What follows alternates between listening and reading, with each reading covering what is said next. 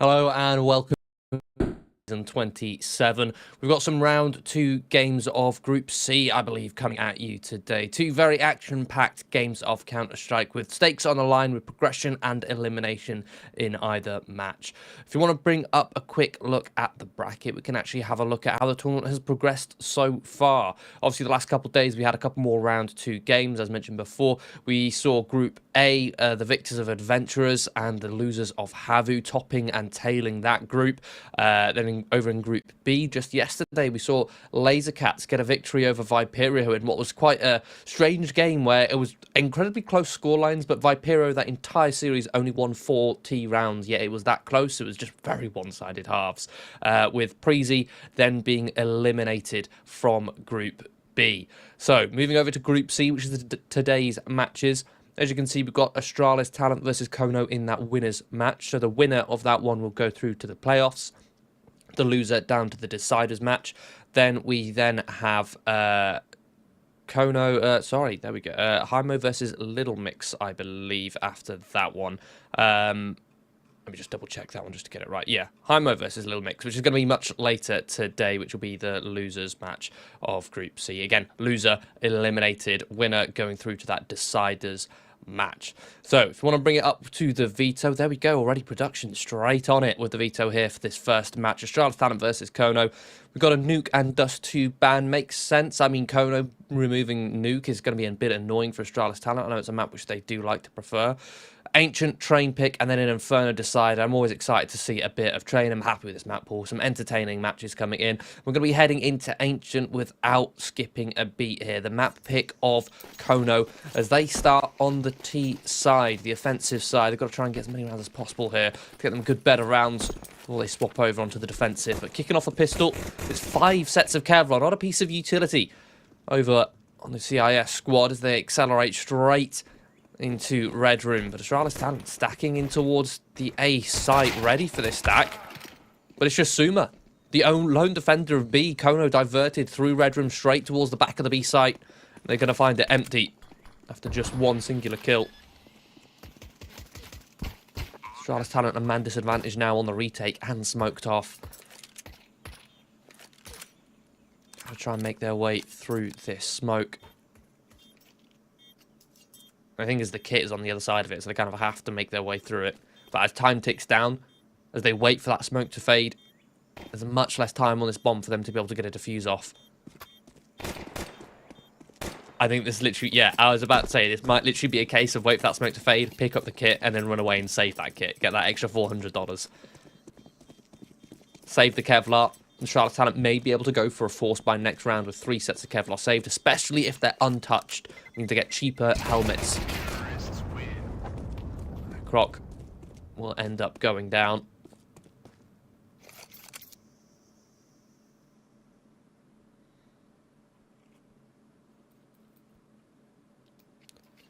Yeah, a nice little pistol round there from Kono. You can see Australis Talent as they saw the mid-rush.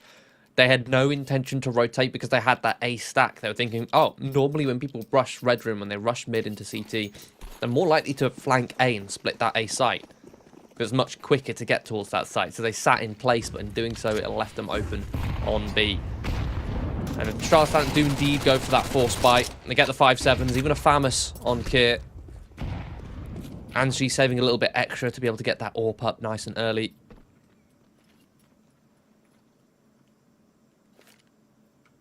Bit of a pseudo mid-rush there for Kono. Taking map control early, knowing that Australis Talent don't have the utility to fight for mid. So they'll take it off their hands immediately, but they won't overstep their mark. Just maintain map control. Try and see if an Australis Talent reaction is baited out.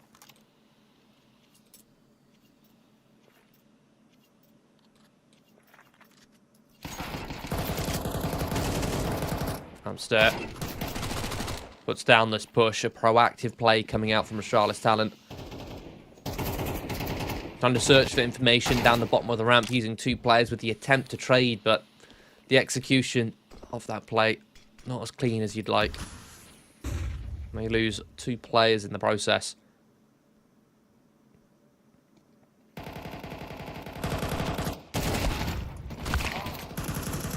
here. Hello, the Famous getting involved in the work. Fading that top site smoke. But the split comes through. Kono are able to quickly sweep up the rest of the players on site. So a 2-0 start, but they also put down the rebellion in the form of Australis talents forced by there. Means they get a grip, they get control of the economy. Australis talent down to just USPs. Hero Deagle brought up on Kier.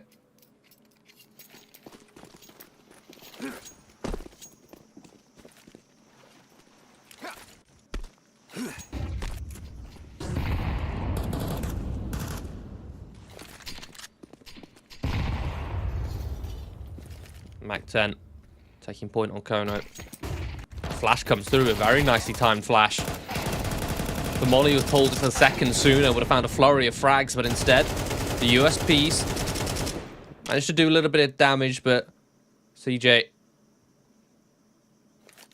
won't let them do much more. A good spray down nets him a quad kill. Farming those eco kills, but also preventing Australis talent from being able to pick up those weapons, leaving Kier with this Hero Deagle. The other side of the map, shifting around in T-spawn, going for a bit of a flank. At this point, Kono, they've cleared out the B-bomb site and will get that bomb planted safely.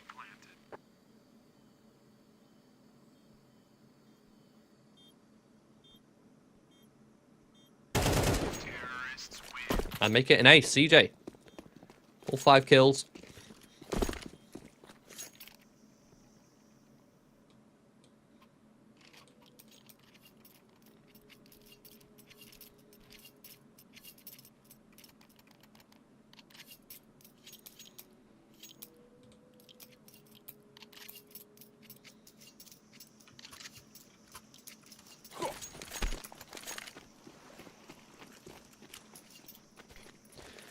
Round number 4, this is where Australis talent come into this one with a full investment. Angie picking up that AWP nice and early. As mentioned, he saved a little bit extra on that second round force buy just to make sure he had enough cash to get the sniper rifle out as quick as possible. So he chooses to wield that one. Currently posted up towards the A site. Won't be finding much action early here. It's Kono send their forces in towards middle. Bit of a default for them. Splitting mid control, then working their way in towards cave. Just taking control different portions of the map away from Australis.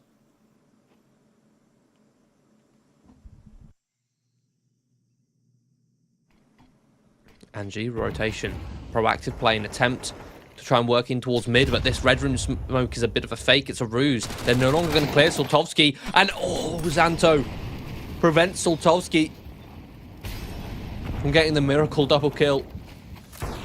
The little play with that red room smoke to fake them out prevents that aggression. But now Kono, they accelerate up towards this B site. 3 players force their way through that top ramp smoke. Got the opening kill. Kier still alive, still a threat in towards cave. The question is, do they anticipate him? Do they expect him to be there? Kono does. And a lovely little angle.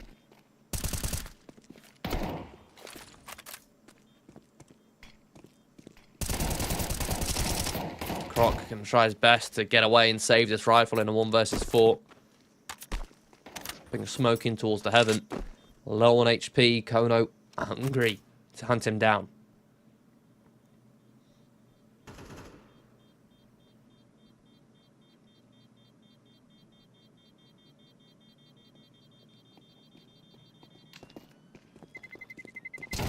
Don't think he'll be holding on to that rifle much longer.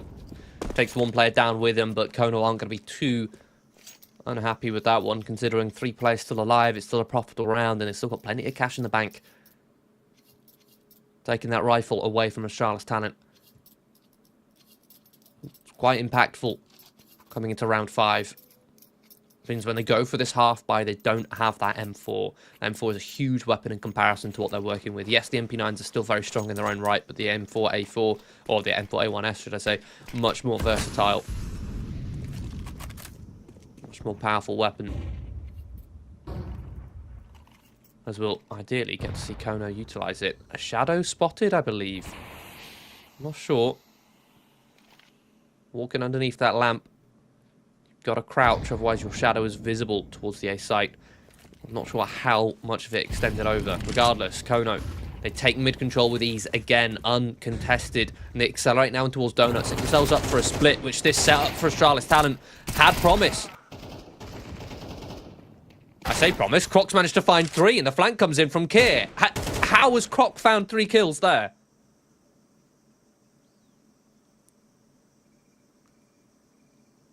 Leaving Captain Kirk in a 1 versus 3.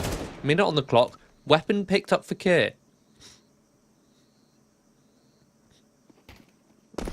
Double peek comes in. Angie trying to bait the crosshair away to provide room and space for Kier to find an easy kill.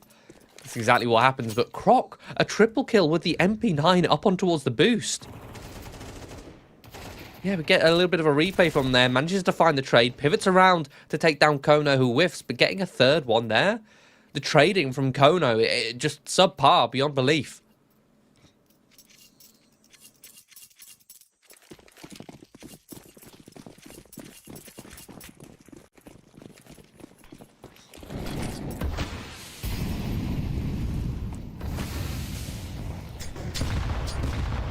Some nice HEs in towards middle there. Chunking Captain Kirker down, and Suma even finding an opening on the wall bank. On towards CJ. But Australis Talent in a good start for once. So far, Kono been taking every single advantage they can.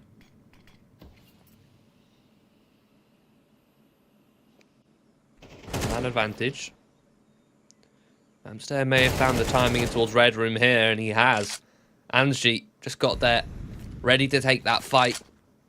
But Amster wins it, a 1 versus 1 given.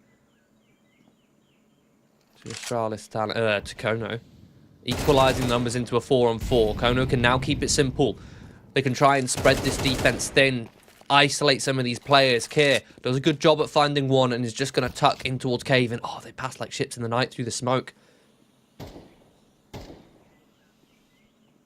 This allows Australis Talent to set up a 3-1 retake.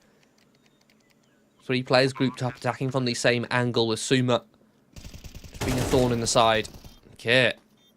Kono does not expect that flank to become so quick. Captain Kirk, a beautiful shot, beautiful second shot to dance around on such low HP. He took 2 HEs to the dome at the start of the round.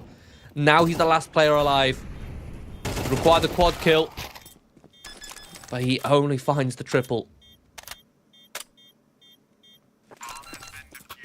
Good retake there from the Australis Talent. A nice repositioning from the Danish RGL of Kier. Pushing through Cave, finding the timing to make his way through that smoke. Making sure he was still alive so that he could be a threat to Kono.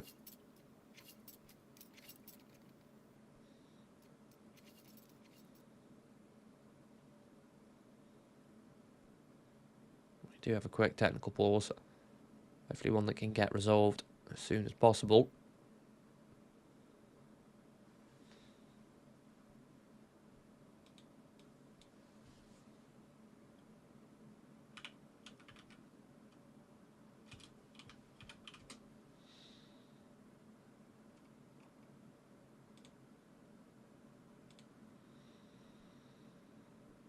For now, at least, Kono going to be working with a half investment.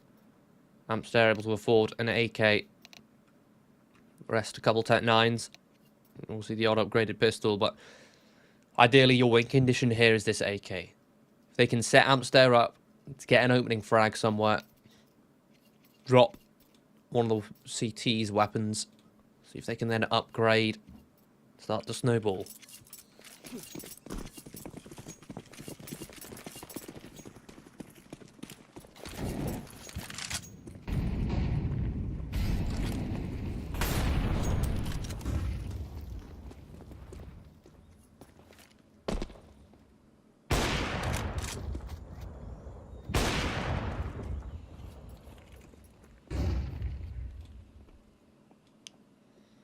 Already Amster falls to the ground. That AK dropped, but that's the benefit, right?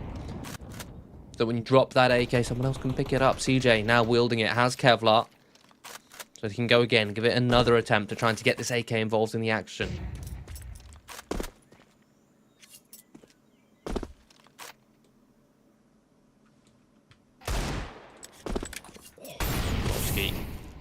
a deagle to find the first frag for Kono. Little 1D go over on towards Kit. Boosted up, and that's going to pull a heavy rotation from the Australis talent towards this B site. And G posted up in a can't angle which device likes to use, perhaps getting that one from the main squad. In the meantime, Kono found an empty A bomb site. Now, Australis talent, with this being essentially up against a half buy, they know that Kono don't have the utility to stop a retake, and Australis talent already have the man advantage. So they're going to be happy to just forego this A site. They'll give it up. They'll let Kono get this plant because they just want to secure the round win. So they'll let them have the plant. They'll group up. All they need to do is just trade out as they enter onto this site. Good shot from Grok. Got that AK from Captain Kurtka. Oh, CJ, a double kill out of nowhere. But it is traded. Still a man advantage for Australis talent, and they do have a kit in play, as well as smoke, but Sortovsky's picked up this AK, this hero weapon that was invested at the start of the round. Searching. And she's just going to stick that bomb. And Sumo over the top of the smoke. And find the frag. But for those of you who aren't aware, I've just wanted to double check. Why I was a little bit quiet earlier in that tech pause. Kono is standing in for, well, Kono. And Kono is the owner of Kono ECF. Former Ukrainian footballer.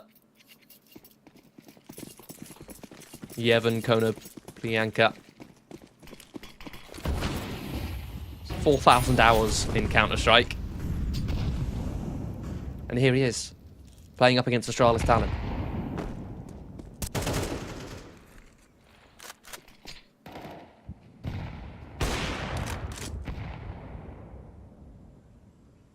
And G will find the opening with this AWP.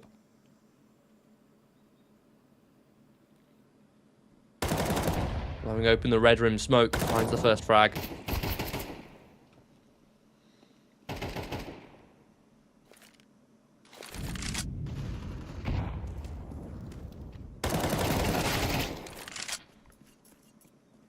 Another kill front. And G, a 1-for-1 trade.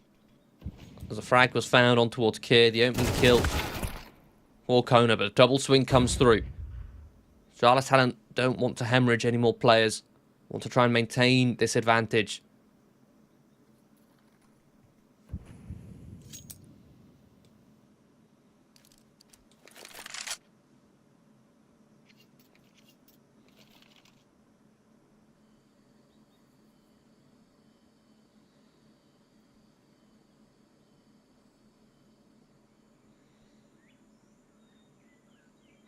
30 seconds left, I think.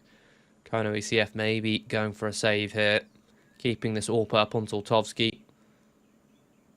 Man himself, Kono, still with utility. And an AK, something worth saving, especially considering the bank is broken for Kono. They'll have no money next round. By no money, I mean they'll get $2,900 loss bonus. Which may tempt them into buying, considering Amsterd's got a little bit extra cash, so does CJ. But Kono and Sortovsky won't receive anything, but the weaponry that they hold is worth more than that loss bonus. So round number 9. And yeah, we are going to see them force into this one. CJ getting that AK, Amstead the same. And Kono, rather selflessly, has dropped over his AK just to wield a Tech 9. Setting up his players for a little bit more success.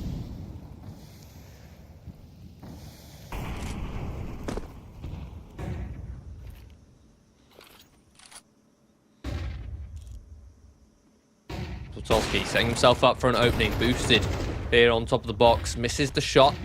Australis were ready for it with the early flash, but it doesn't quite land its mark regardless. Kono were the ones to get the opening. They find that kill and then they pounce. They charge in towards the site, and Captain Kurtka tears off the heads of Kieran Krok, leaving Xanto, Angie 2 versus 4.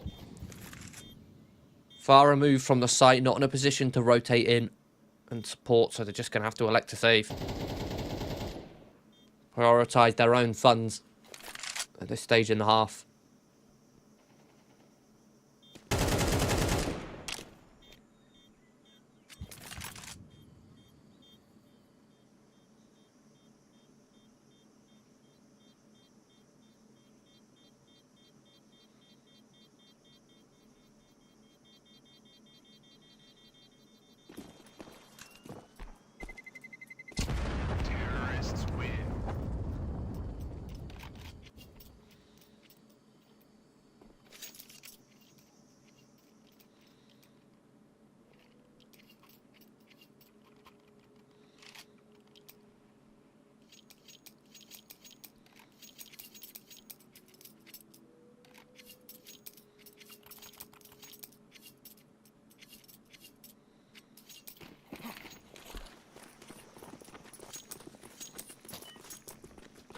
One round lead now for Kono.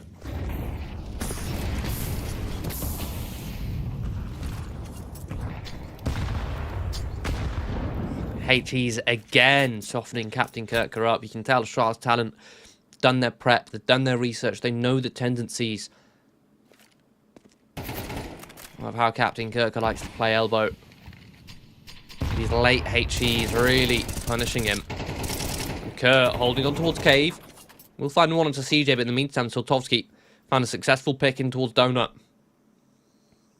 As Croc drops, leaving Xanto to defend this A site on his lonesome. We'll drop a smoke in towards Donut to try and give him space and time to reposition and delay the push from Amps there. But if anything, it's buying time. The rest of Kono to set themselves up in towards A main. At the same time, with that smoke, with that time, Australis talent search for info. They rotate 2 players in towards red room. They'll search, they'll clear that out. And they're going to lean heavy over towards A. They've read this well. Now have 3 players in place. Smoke towards CT, Molly towards default. Good flash coming out towards Donut. But Sultovsky, fully blinded, finds Xanto. Suma's able to find a trade in the process. Pushing through the smoke amongst the chaos. Bomb to be planted. 20 seconds left. Suma pushes through again and denies, but 2 kills come through for Kono, leaving us Ansji in a 1 versus 2. 15 seconds left with this AWP, but he pre-fires the wrong side, or pre-aims the wrong side of the box. So Kono will successfully assault that site.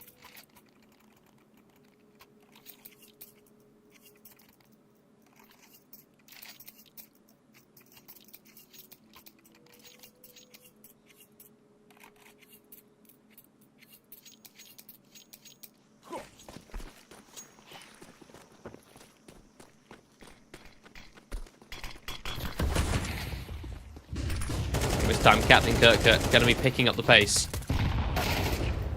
Fallen victim to a lot of HEs early on, so this time he tries to beat them.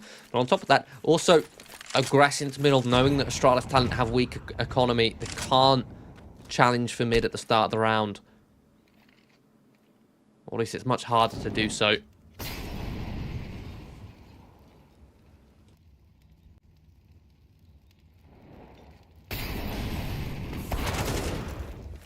Simple anti-eco utility. You throw the mollies, progress through towards cave, flush out every hiding spot, and you can easily clear out cave of just incendiary grenades. Even Kir towards long will only find 1 as a consolation.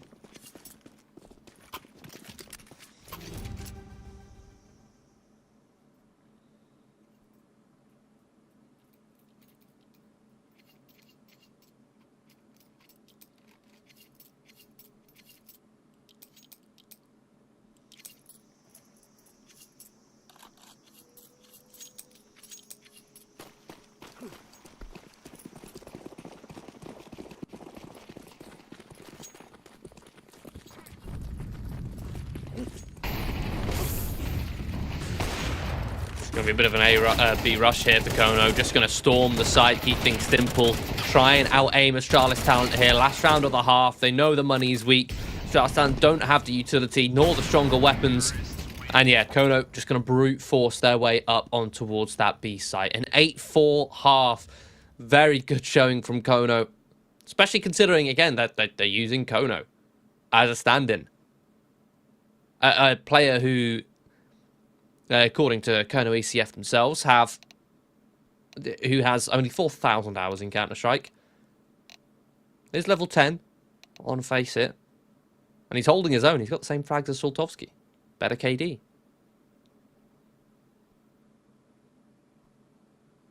Better KD than 4 of the players on Australis talent. But yeah, bearing in mind, this is the map pick of Kono. This is the map that they chose to play. It's a map which, obviously, Kono are comfortable on, but also a map which I would warrant is slightly easier to plug a stand-in into your system, into your setup. And it's also a map which I have no doubt, if Kono does play a lot, or a decent amount, or has done recently, he would have played a lot of Ancient if he's playing a lot of Face It. One of the most popular maps in the pool. And, oh, Soltovsky, hello. That's a little bit of movement. Make that strafe in towards heaven, but it's all to naught. Croc takes his head off. And look at this, the stack in towards mid. It's a firing squad. All these heads coming up over the top of the ridge. Prime pickings for these USPs, and there you go. It's just decimation. That's a classic USP round there from Kono.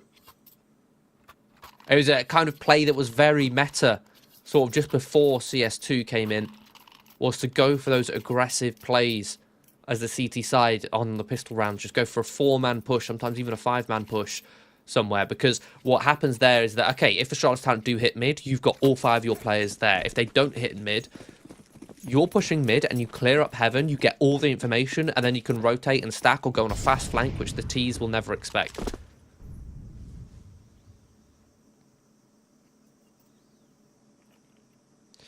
Now, Australis talent, full eco from them. It's more Glocks again, but look at this. All the shadows spotted. Amster can call that out. The early rotation can come through. Amster only good for 1 with this MP9. And, oh, bomb denied. Soltovsky coming in with that MP9. Australis talent will then get mopped up. Little bit of an unforced error there. Planting so open for Donut. There was no need. He could have planted in the corner. Could have got that bomb planted safely. But because he's exposed the planter, it meant that the other players then had to take that fight in towards Donut, which was not in their favour.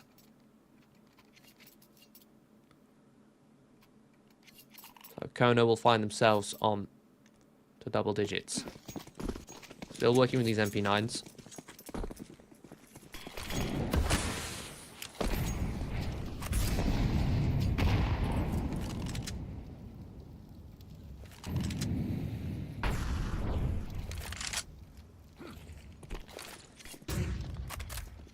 Early flash. Australis talent going for a quick B-pop. They've bought into this one with AK's limited utility. So what limited utility they use, they maximise its effectiveness. A well-coordinated pop and a well-held rotation. Some very good pathing from Australis talent up on towards this B-bomb site. Not only do they get the entries, the openings, but then they're also in a great position to hold for that rotation. With one player tucked in towards short, in towards the cubby, you then have another player at the back cubby. They essentially both hold short together. So if any of the CTs, any of Kono try and swing short or swing rotate in towards that back lane, they're exposed to 2 players at the exact same time.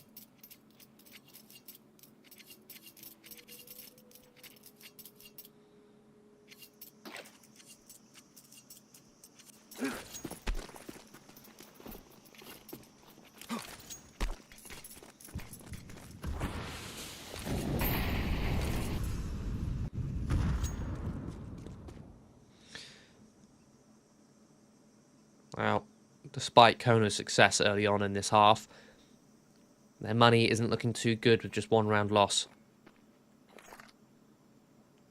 So Soltovsky is able to get that AWP out. Couple M4s, but we've got an MP9 on Kono. A 5.7 on Amster. I'm sure Amster could have afforded an extra flash if he hasn't already bought 2. It's possible that he has and then just dropped them over, but you never know. Australis, it's slow. You take lane control. Slow from Kono themselves as well. Not taking much map control on that CT side. Hunkered down towards the sites, but that gives Australis talent the freedom to creep quietly into deeper map control. And look at this flank from Amster. He's found the right timing to push through his own donut smoke. Try and flank these players in red room. Catches Kier, but the trade is there from Croc. No trigger discipline from Amster. And the first kill wasn't clean enough to get the drop on the second. It was Australis talent being whittled away, and now Zanto with a quick double kill there in mid. Leaves Soltovsky. The AWP up towards B. Should look to save. Again, the AWP, a very strong weapon, a weapon which can single-handedly win the round, even if the rest of the players eco on the next.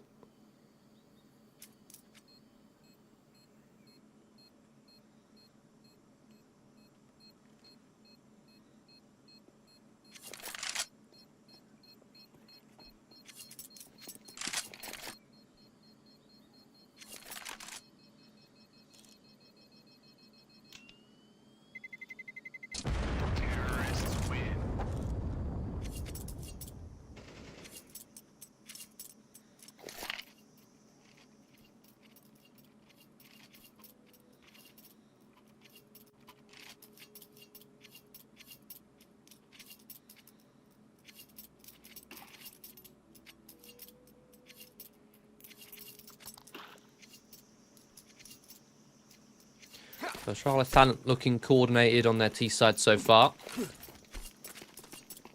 I'll be honest with, again, this stand-in that Kono have.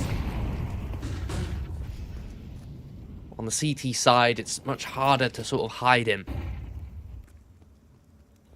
A clear vulnerability which Australis Talent, if they can find out where he's been positioned, they can try and target him. Australis Talent making very light work of this eco. Soltovsky's not even really been able to get involved with this AWP. Received some HE damage. I believe there was a HE stack towards long where he was boosted. He was able to dodge, but his teammate was not.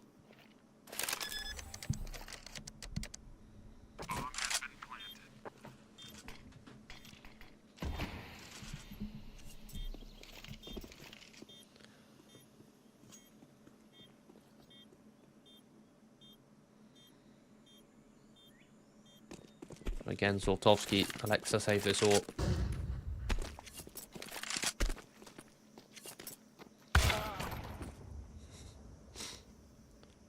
Smart CS there from Kier, trying to bait out that shot, trying to draw it out.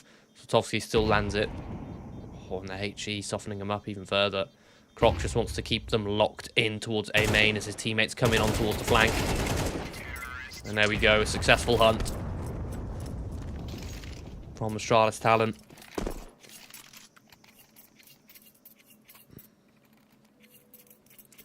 Moving that sniper, and now Kono can't afford that sniper. So Soltovsky have to use the rifle in this one. Ancient is a map where you can kind of get away with 5 rifles. The AWP isn't a necessity on this map.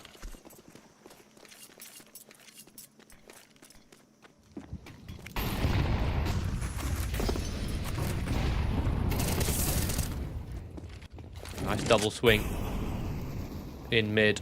Amstair playing anti-flash. They're going to find the opening kill on towards Croc. Oh, Kono tested. There we go. On that B site. Not good for one. Into the 3-on-3. Australis Talent have managed to equalise this. Oh, but a missed shot from Angie. Punished by Captain Kirk. Fortunately, there's a trade. Keeping this even. Kier, Zanto now both spotted out. Oh, Zanto dinked down onto low HP's up for Soltovsky. Crosshair unawares. Molly to try and flush out Zanto, but he's able to tuck behind the other side of the pillar. Amstair.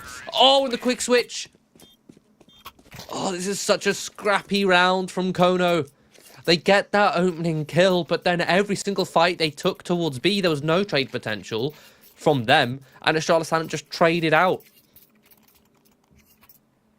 You get the opening, you play good positions, you take decent fights, but you don't take them together. You invite Australis Talent to get trade after trade after trade. Every single kill Kono got, another Australis Talent player would then swing and find another.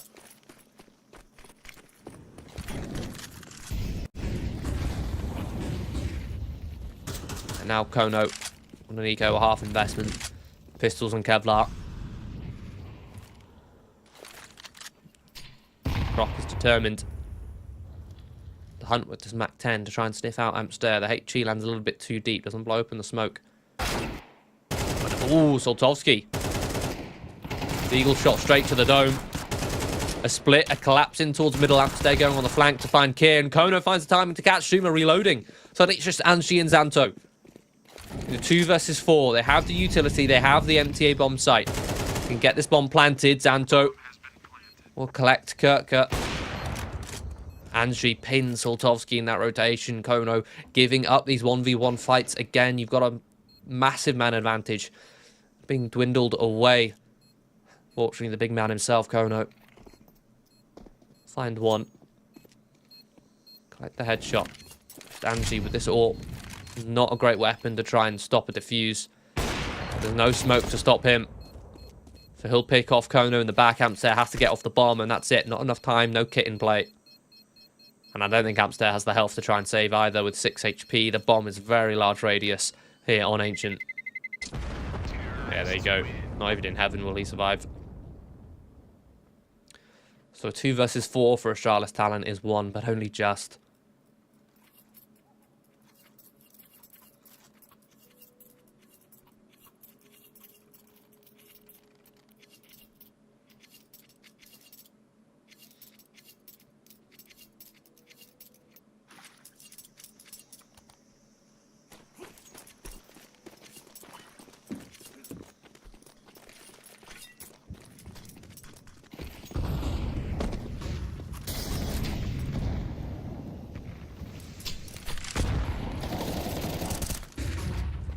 Kono getting aggressive in middle, trying to contest and disrupt Australis talent to great success. Captain Kurtka and Amster find a couple frags each.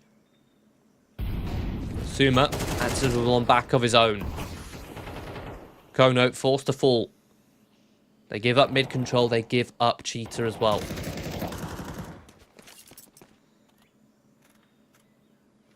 They can afford to do so with this man advantage.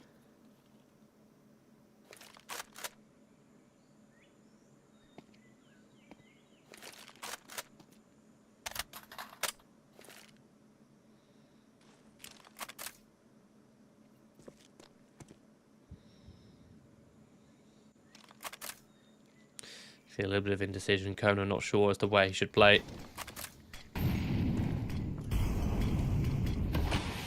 Smoke come through towards long and short. The Ukrainian squad happy to play retake. The Smoke's given early information so they can rotate in, get all 4 players together. Boost over the top of the Smoke. Kono is in fact the one to find the first kill before being traded from the spam. Another kill comes through and it's now just Angie in a 1 versus 3. 22 seconds on the clock. Voltovsky creeping on in. Will eventually find a trade, albeit delayed. Kono up on 11.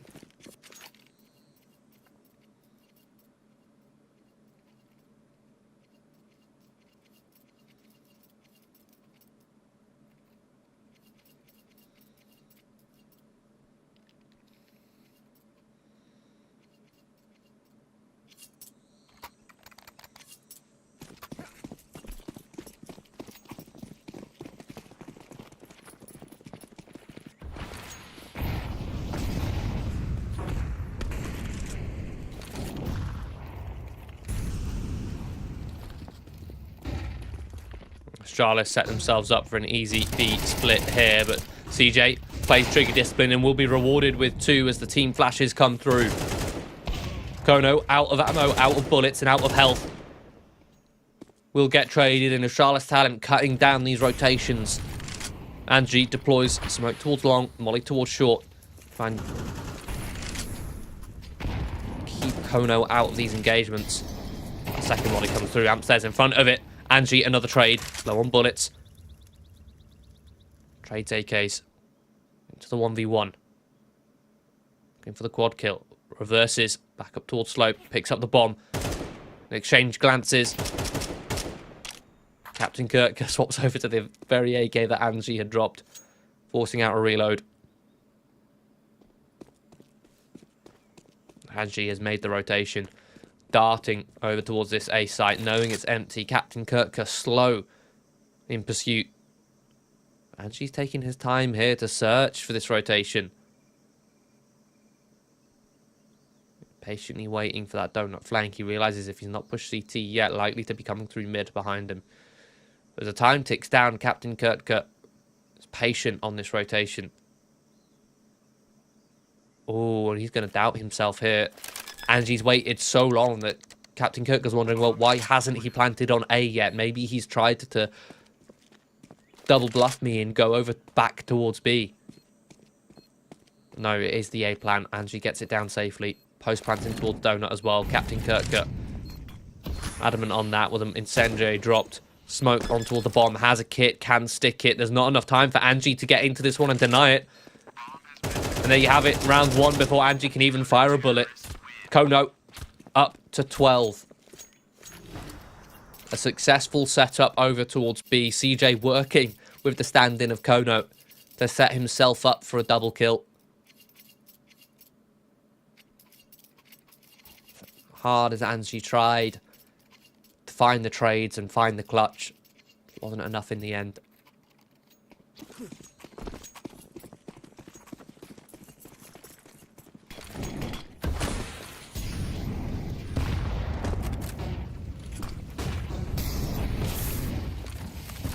Early util in mid. Weak money for Kono. Despite winning the round, only 1 player surviving is very damaging for the CT economy. Time to work with Famases now. Next to no util, they can't hold on towards middle. Voltovsky, I think shoulder spotted as he gets in towards red room. As the smoke fades. About to be hard cleared. He'll win the first fight, but not the second. Done a decent job to get one, to be fair. Any more would have been a miracle.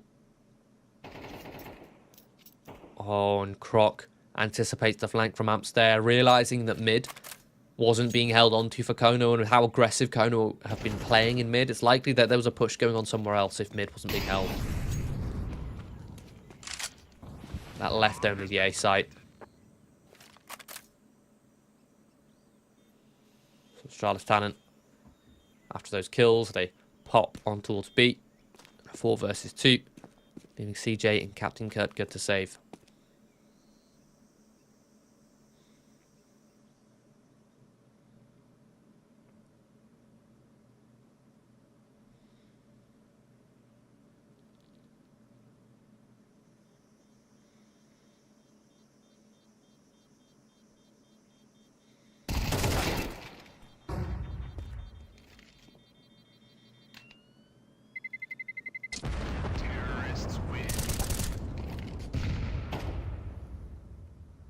I think Kono will just about be able to clutch onto these 2 rifles. But they don't really have the funds to buy. These rifles, again, as mentioned before, any saved weapons give them a greater opportunity in following rounds. For now, Australis Talent in a very strong position to try and tie this scoreline. Or at least get it to 11. Get it within touching distance, within 1. Strafe comes through, it's missed from Captain Kirker. The 8k immediately falls. Aggression from Australis Talent in towards mid is rewarded with 2 quick kills. Plenty of map control too.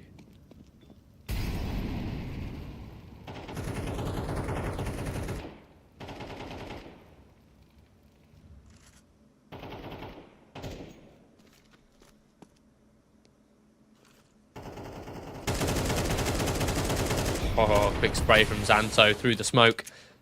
We'll find Kono trying to hide around the edge, and there we go. Australis Talent make light work of that B execution, that B split.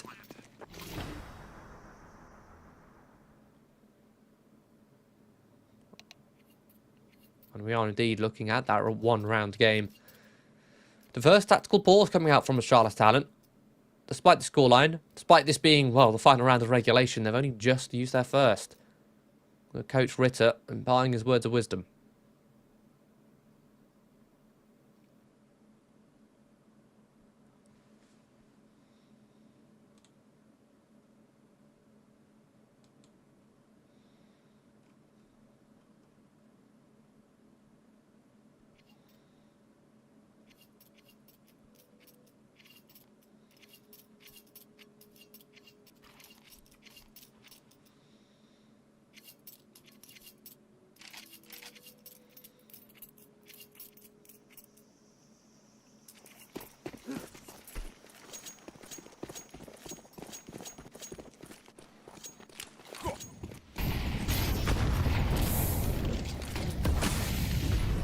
Again, Kono go back to their aggressive ways in towards middle. And Australis Talent, they don't expect Captain Kirk so close towards the elbow, but there comes the trade. It goes to show good fundamentals, good spacing.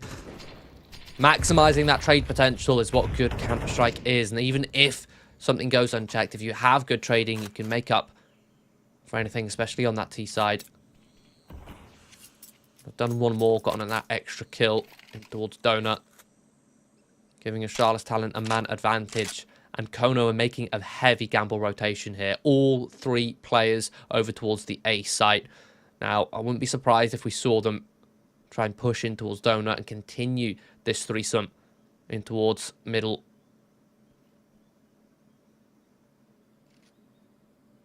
That's exactly what they'll do, but only with 2. They'll leave CJ over towards A. But the thing is, Australis Talent, mid-round, has always been hitting B. Every single mid-round has been just a B-site split, a B-site execution. It'll be no different here. Australis Talent find themselves with an empty A-bomb site. Kono have to try and set themselves up for the retake, but 2 players fall instantaneously.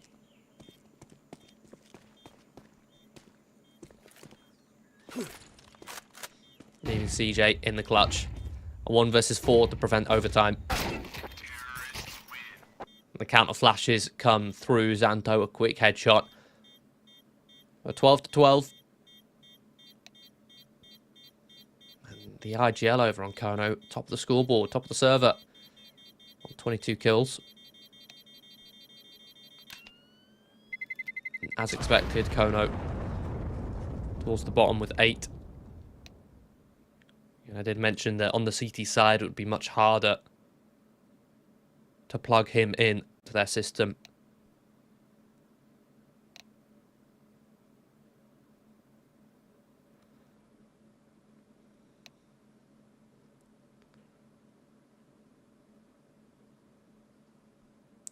The difficulty is with Ancient, it is normally the place you want to hide a player is kind of towards A. But at the moment, they're playing him towards B. And that makes it very difficult because playing B with CJ is like, okay, well, one of you plays Cave, the other one plays Site. Whichever one you put Kono on will immediately be a weakness for Australis to exploit. So, okay, if they leave Kono as the B anchor, Australis will just hit B and bypass CJ. Vice versa, if you put him in Cave, they get a free pick in one of the opening points of map control towards Cave. So their solution that Kono had been working with so far, which did net them a couple rounds, was just doubling up together, both of them more so towards the site. But that meant that they were given Cave control completely for free. And if you don't have anybody in Cave, it makes those mid-splits from the T's much more deadly. And it makes it much harder to hold mid if you don't have someone in Cave who can give you that information, say, hey guys, they can be in heaven. Guys, I'm smoked off, they can cross. And hey guys, they're not smoked off. Don't worry about heaven, focus towards elbow.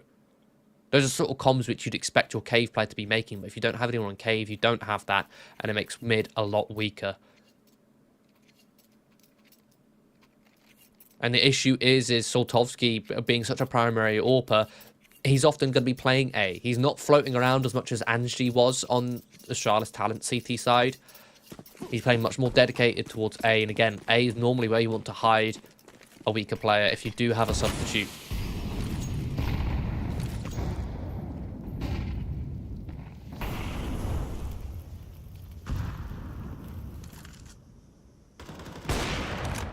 Angie boosted up, looking for an opening kill, posting towards long.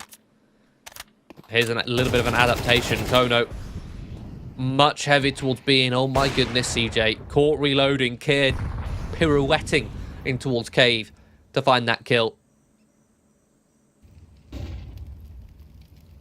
High risk play, just walking in. Captain Kirker, quick switches. Oh my goodness, how many times have we seen a Kono player fail to quick switching over towards long? And Kit is going to collect 3. Soltovsky and Amster. Make that just Soltovsky. 5 points of health.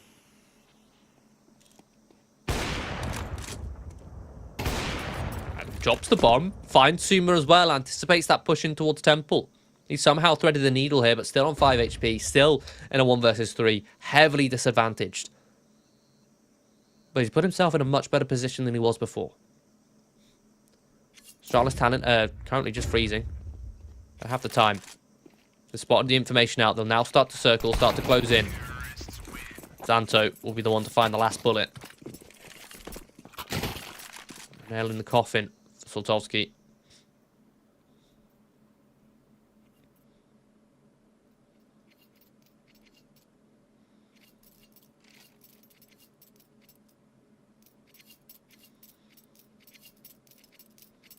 Australis talent finding themselves in the lead for what I believe is possibly the first time in this map.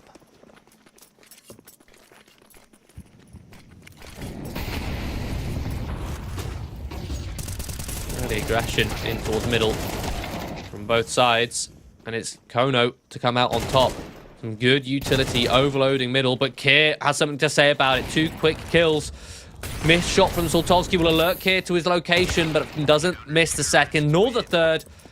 Soltovsky holds down that B bomb site. Finally, Kono, they give themselves an advantage. It's something which they need to do. As mentioned, like I was mentioning before we went into that overtime in that break between regulation. with such a heavy weakness on your CT side, you have to overcompensate by giving yourselves advantages early and fighting for them early. That's why you see Kono going so aggressive in towards middle so often, despite, again, as mentioned before, being so vulnerable to splits if cave is left open. Because they want to try and take these fights early towards elbow, get themselves a couple opening kills, and at the moment, Australis talent are giving them to them. Albeit Croc to find the opening kill. So a 4 versus 4. Australis talent try and collapse in towards this A site. Now they're looking to hunt down in towards Donut. They find upstairs. CJ does deal with a lurk of Suma, but at this point, you're still in a man disadvantage, even with that kill. Soltovsky spotted. Molly in towards CT will flush him forward. Oh, and cover behind Donut. Lands the no-scope onto Kier. Not a clean kill from the captain. Soltovsky still being an ever-present threat. Dragging Kono, kicking and screaming across the line here. And CJ to clutch it up. Australis talent, they're starting to get sloppy, a little bit desperate. They realise again that there's a glaring weakness on Kono. Yet Australis talent aren't closing out these rounds.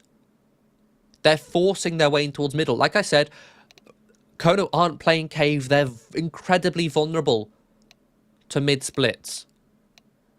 Yet Australis talent are forcing their way in towards mid, giving Kono the fights in mid before they can get in towards heaven, meaning that they don't have those splits, giving the fights that Kono want. And then in these late rounds, they're desperately trying to collapse on towards these towards these sites, desperately trying to react rather than being patient, rather than sitting back and waiting for Kono to make the mistakes. You play a fast, scrappy game. That's exactly what a disadvantaged team wants, because then that gives them chaos, and more chaos means more mistakes with which Kono can capitalize upon.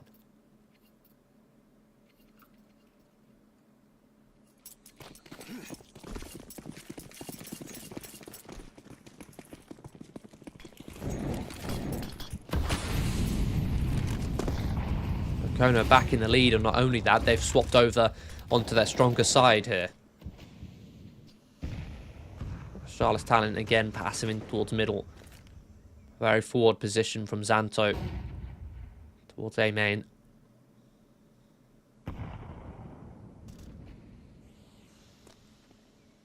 Now this position from Xanto is very high risk, very high reward. It's high reward because he can have a fast flank, but it's also high risk because he can also have a very slow flank. Normally you talk about high risk, high reward as saying, oh, he could win the round here, but he could also lose the round here, which is also the case, right? By playing such a forward position, Kono could get an easy pick on towards this A site without being in a position to have to commit towards A. Being in a position where they can immediately cancel and then continue on a default. But it's also a case of Xanto's rotation is so far away unless he chooses to go for a flank. He can't make a quick, safe rotation, which is something which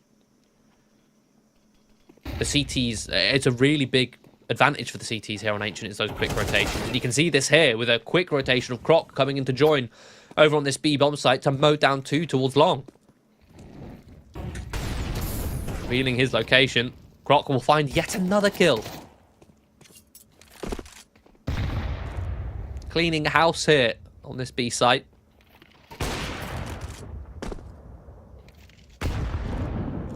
HG's been thrown Soltovsky's way in these late round scenarios. He's done such a good job at dealing with the players, pushing him down.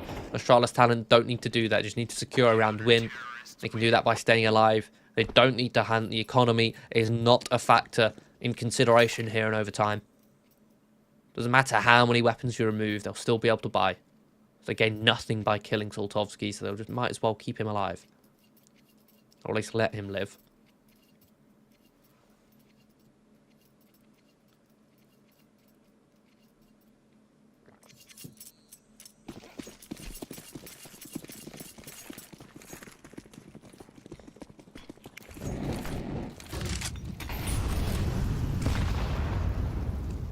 Aggression in towards mid. Captain Kirk again, pace change, trying to get in front of the utility, but I don't think he's in front of his Angie's crosshair. Xanto His aggressive plays in towards A main. This time it pays off. He catches CJ with that mistake. And this is what I'm talking about, right? Because of the scrappy style of play, Kono, with this disadvantage, a lot of these players feel the need to try and win the round themselves or try and give themselves an advantage to make up for the fact that they are still playing with Kono. Again, this is no disrespect to him.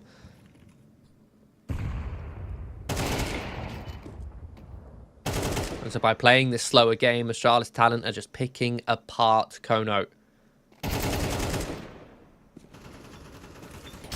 Now it is the boss man himself left alive. It'll be wall banged out of the bucket.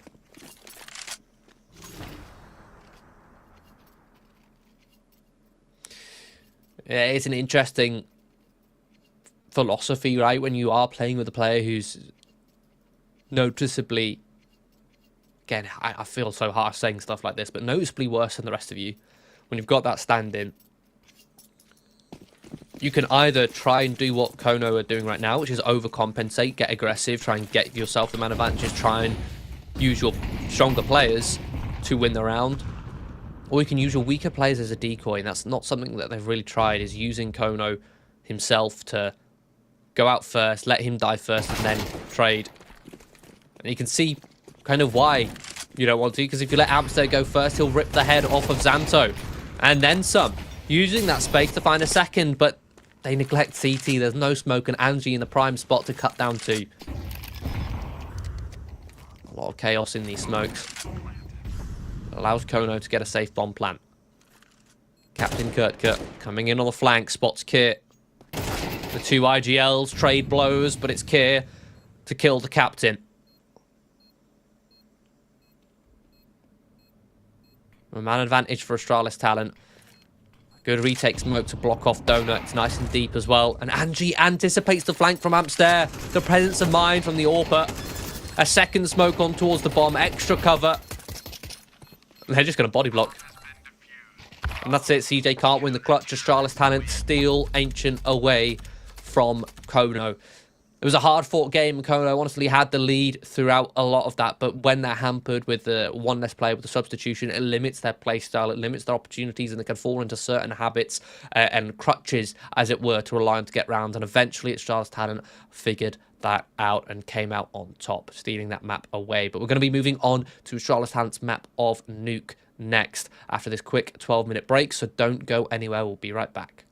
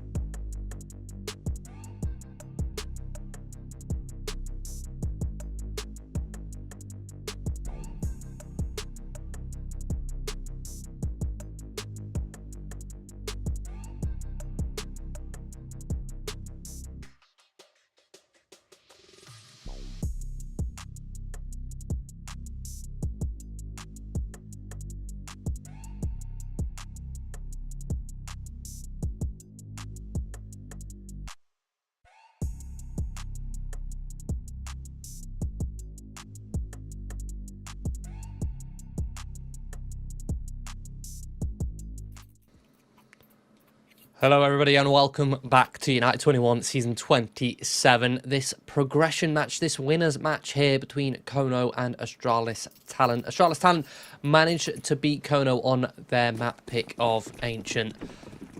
Bearing in mind Kono using a stand-in of the owner of the club, the footballer himself, Kono. Glaring weakness which Australis Talent were eventually able to exploit to win over on Ancient. But now we move over onto Australis' own map pick of Train, a map which is going to be very hard for Kono to work with a stand-in.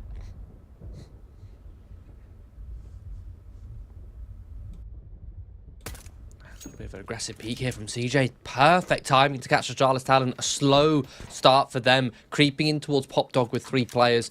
But now the jig is up. They've been spotted. Zoltowski darts over towards Sandwich to try and group up with Kono. But domed by Croc, Kono now finds the timing to sneak in towards Olaf. And behind all these players, he's got trigger discipline, waiting for the right time to strike. Oh, Zanto turns his back. Captain Kirk pushes through the edge of the smoke. Eventually, Kono is found. But Captain Kirk and Amster are the ones doing all the damage. 2 versus 2. Time to get on the bomb. And Zanto peeks from Pop Dog, lines them both up on the site. The Australis Talent get this one off to a good start with a pistol.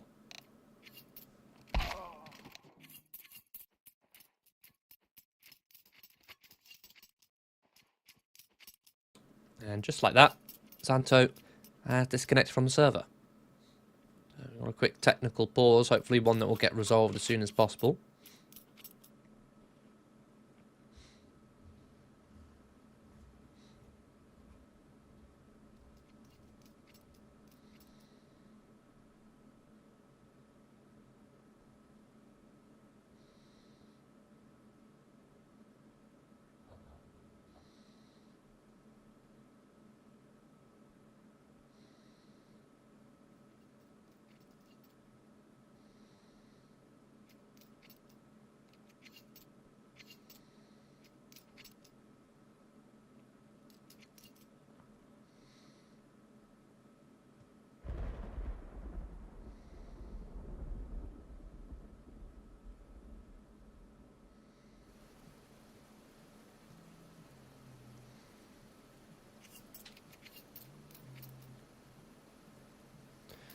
Now, Train being the newest map in the map pool, it's still a map where the metas are getting fully explored, the styles of play as well. I mean, yesterday, I mentioned in the pre-game, we saw the round 2 games for Group B. We had Viperio versus Laser Cats on Train, where Viperio went up 11-1 at half-time and then didn't win a single round afterwards.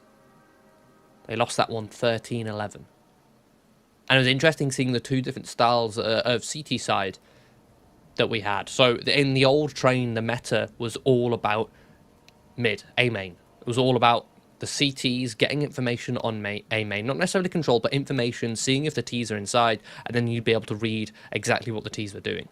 So it was meta for the Ts to then throw util to try and block that information, which is where we saw the Sandwich and E-Box smokes and a lot of utility to try and pressure and keep the CTs from being able to spot inside A main. Now, in that Viperio Laser Cats game, we saw Viperio, their style of play on the CT side was constantly these A main takes. So we're flashing in, taking control of A main, getting that information just like you would in the previous Train. Whereas Laser Cats on their CT side, they were blocking heavily towards A main. They were just smoking it off. They weren't getting information to it. They were just trying to deny the Ts going for picks there. And both sides worked especially well, but it was more so their T sides looked pretty lackluster. Australis Talent already off to a good start on their T side and setting themselves up.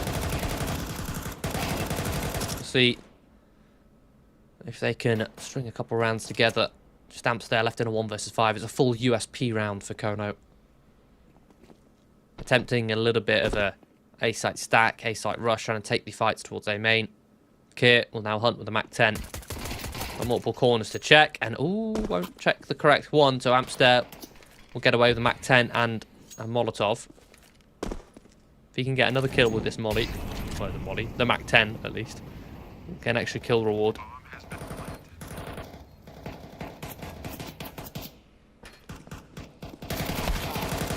But won't anticipate Croc up on the top of 6.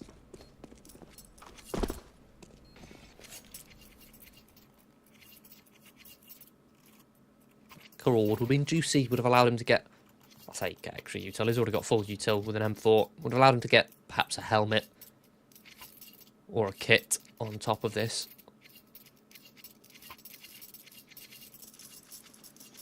So you see these Galils, which Australis are working with, 4 of them to be exact, are going to be deadly towards Captain Kurtka and Amster, who decided to skimp out on buying helmets so they could afford extra util. Early utility thrown from Angie to deny Pop Dog control, and he's actually going to get an opening kill. The same with Croc. Kid's going to accelerate here in towards Pop Dog. They're pulling Kono apart, pulling them to shreds, to pieces. CJ at least find a double kill, and suddenly it's into a 1 versus 1. I mean, Australis Talent, they were just running all over Kono, and I mean, you can look at the minimap and where all the X's are, the death spots. 4 blue close towards A main. You got 1 towards E box, 3 between Sandwich and Olaf. Red ones in between A main, 1 also towards Pop. About a minute on the clock, both players aware of this, so they're going to sit patiently. CJ anticipating a rotation round towards Ivy. Suma, though, is just going to sit and wait. Sit and wait for CJ to be the one to make the mistake.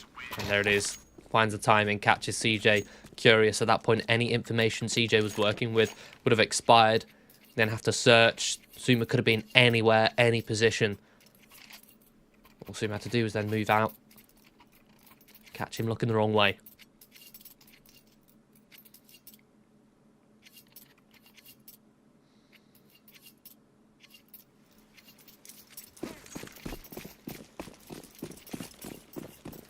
So Australis break the bank for Kono. It's a costly round for them, but Kono, who are feeling the effects of a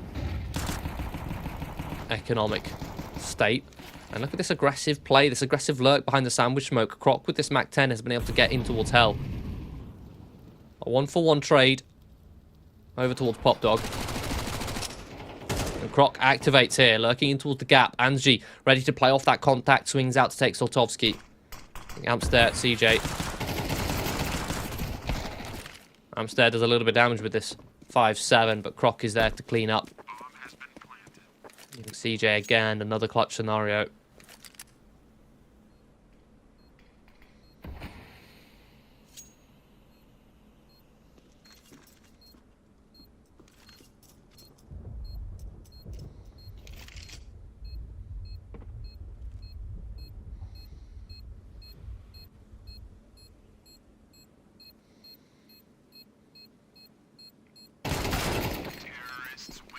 CJ will try his best to at least isolate a fight, perhaps pick up a rifle, but no, Suma lands the headshot.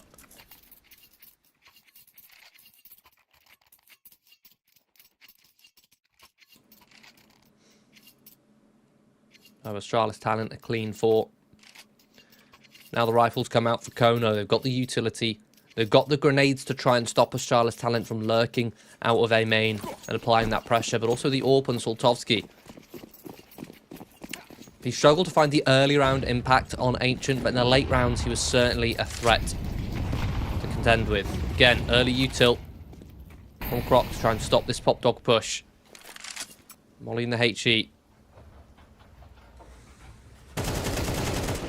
Suma on this Ivy lurk wins the fight against Amster. The messy spray on both sides.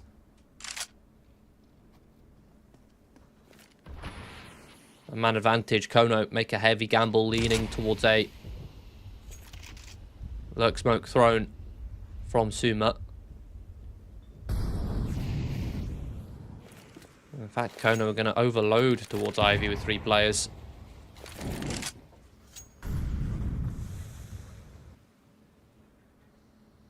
Oh, look at this lurk out. Okay, but CJ has anticipated it. I'm not sure if he spotted him earlier, moving into that position or not. Regardless, he knew he was there.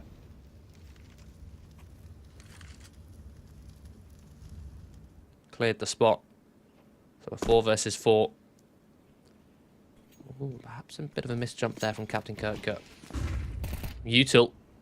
Thrown by Croc will pull this rotation from Kono. It's a heavy rotation, and look at this. Australis just slink in towards the A site, an empty A site where only Kono is left to defend. Is good for one. It's a nice little off angle, but the rotations are being picked apart. Australis with control of the site as well as a man advantage. The rotation for Kono coming in through CT quad.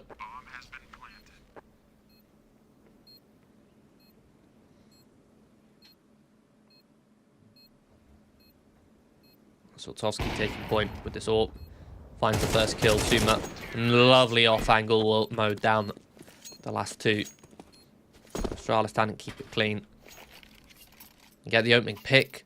Goes into the 4 versus 4 after a lurk plate. Doesn't pan out. And then just a little bit of utility to pull the rotations. Kono bite down hard on the smokes thrown towards B. And they over-rotate. They had nobody actually playing the B site. So they're playing to retake, essentially. They're playing for backlines of B control. They're not playing for the site. They had no need to rotate so early and give up A. Again, another lurk play from Croc. But this time, it's the USP from Amster to shut him down.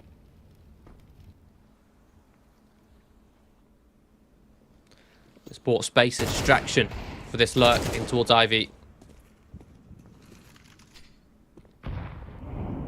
Here taking point. Angie's HD will finish off the second. CJ with the lone hero M4. Kono for the next point of defense. Australis is just going to sit and hold. They're going to freeze with this advanced positioning. Smoke fades and CJ just about slips to the other side. Captain Kirk finds the timing but misses the shot. Oh, a disastrous whiff, but he gets away with it alive. In the meantime, Kono's been found by Xanto and CJ cleared an awkward spot as the timing faded. Australis talent lose only one.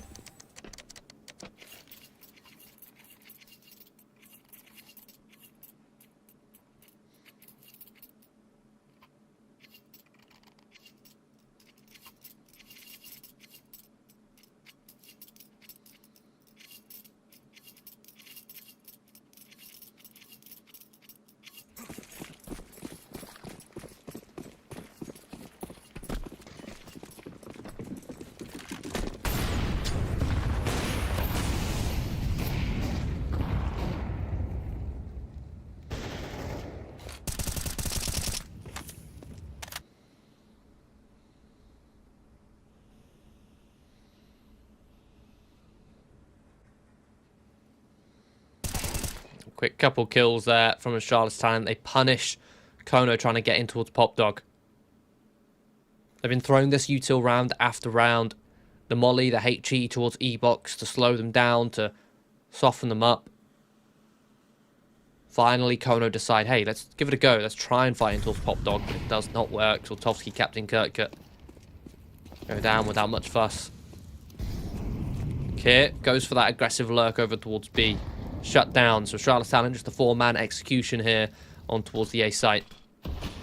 Smoke towards Gap and Hell. Now one extra towards Connector. Oh no, still a threat on the back of the site, but Croc clears him.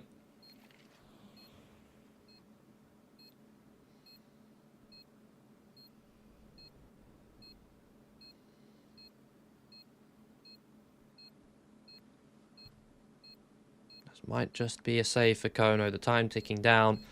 Not in a position to retake. I say that, they're in a decent position to be honest, but a 2 versus 4. CJ now spotted out. Amster activates with the AWP, but can't get away. It's clean from Australis. And again, this is probably the most CT-sided map in the pool. Jury probably still out, but let me just verify that statement. Let's have a look at the stats overview on HLTV in the 2025.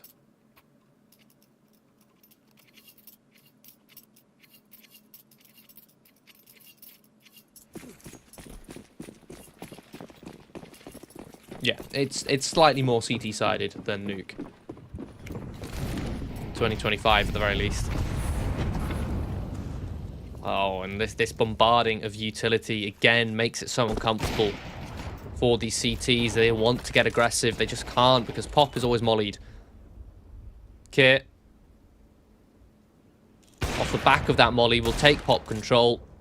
Forward positioning. Again, just makes it so uncomfortable for the CTs.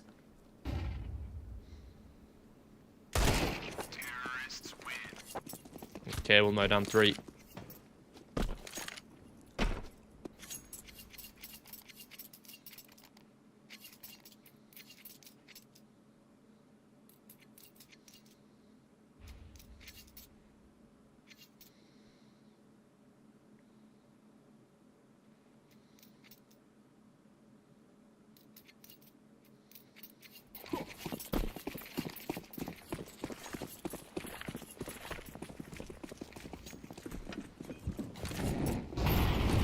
Again, there's the util, the molly, the HE from Croc.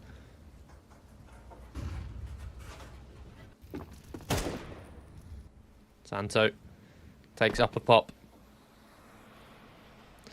On his lonesome. It's Australis talent going for 3-man contact in towards Ivy. It's not being watched. Kono completely neglecting this part of the map. Amster turns around, but it's too late. Misses the shot, and Kier, a beautiful tap on towards Captain Kurtka. Cleaning house right now on this A site. Australis talent pounce, accelerate on towards this site, looking to split it. Soltovsky hiding in towards Hell. He's tucked into a safe angle. Jumping on the ladder is Kier, trying to get a little bit tricky with it. He's punished by Soltovsky. Smokes replenished all over the A site. Gap, Hell, and Connector. CJ, an attempt for an opening, blows open the smoke, but it just alerts Croc to his position. It's an easy headshot, leaving Soltovsky naded down. Scoped up towards tunnel 1. He'll just look to save. I think it's Croc, I believe, is near enough to hear all these scopes. Communicates that over to his teammates, and Suma will hunt down in CT, remove the weapon away from Kono. Kono, who are honestly looking pretty lost here on train.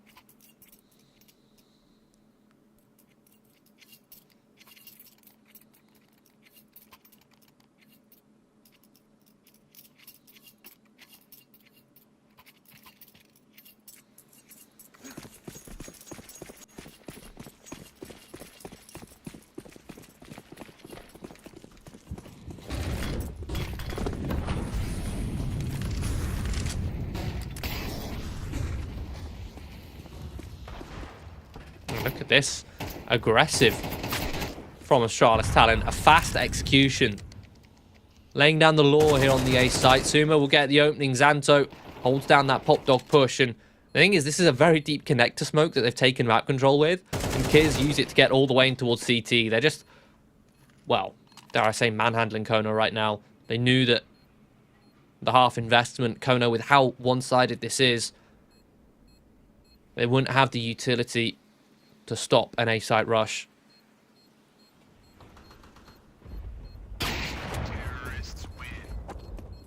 Perfect angle held by Angie.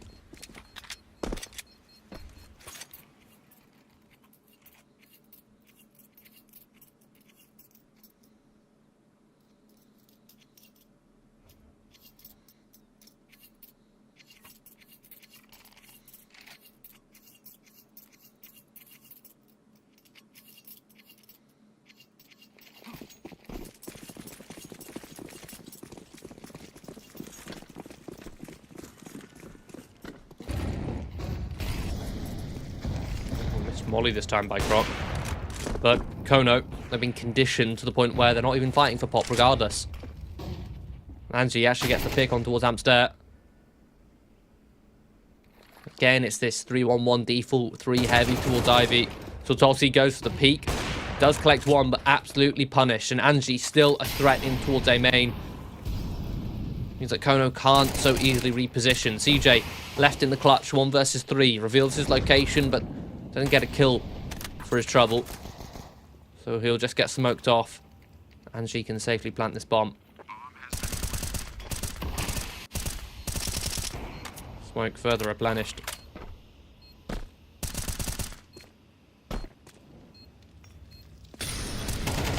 molly to lock CJ in. Croc will actually just charge straight through. An attempt to get the kill. I assume we're going on this mad flank. Australis talent, they're just having a field day right now, going for such aggressive plays as to flank like Suma is now in a 1 versus 3. And go for the knife. And he goes for the knife. This is just Australis talent dunking on Kono right now.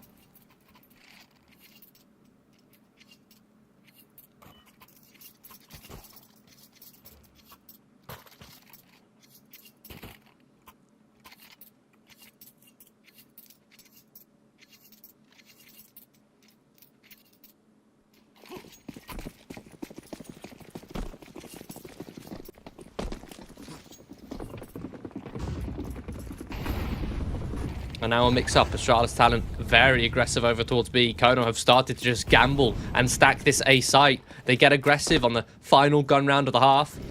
And Australis talent don't even execute. They just straight up rush. And they have 3 players holding a firing squad to stop this connector rotation. It's not a safe rotation.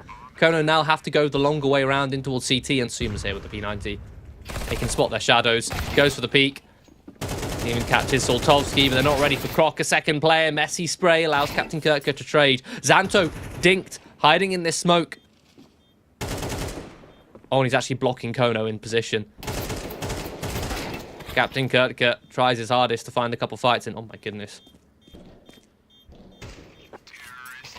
Smoke fades, Kono lost in the source. Yeah, this has been an absolute manhandling right now from Australis talent.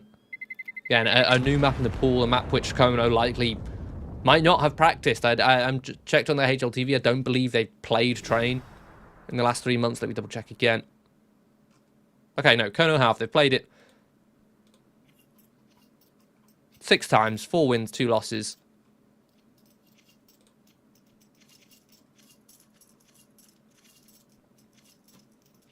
They're actually on a 4-map win streak on it, but the opponent quality isn't very high. And I think all these stats about Kono's training, besides the point, they're playing with a stand-in who is significantly below the level of competition here.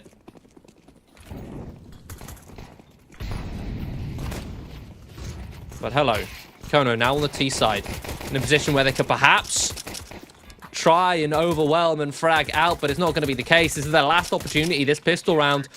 And Amsterd's just been tapped down by through the smoke, and an attempt at an A rush there does not prevail. It's a 13-0 from having an overtime over on Ancient to a 13-0 on the second map. That is absolute domination there from Australis talent, and that puts them through into the playoffs with what looked like relative ease, especially on that second map. Topping Group C. Topping Group C there. Just had to do the alphabet there. It's early in the morning for me. Group C, they've topped that one. So Kono go down to that deciders match. Now, our next match, which is going to be a while away, is a little bit later. I believe it's going to be, let me just do the maths. It's like 2:30 my time. So yeah, it'll be like 4-hour break. So make sure to tune in later this afternoon where we have Wopa versus GenOne. That's all for me this morning. We'll see you in a minute.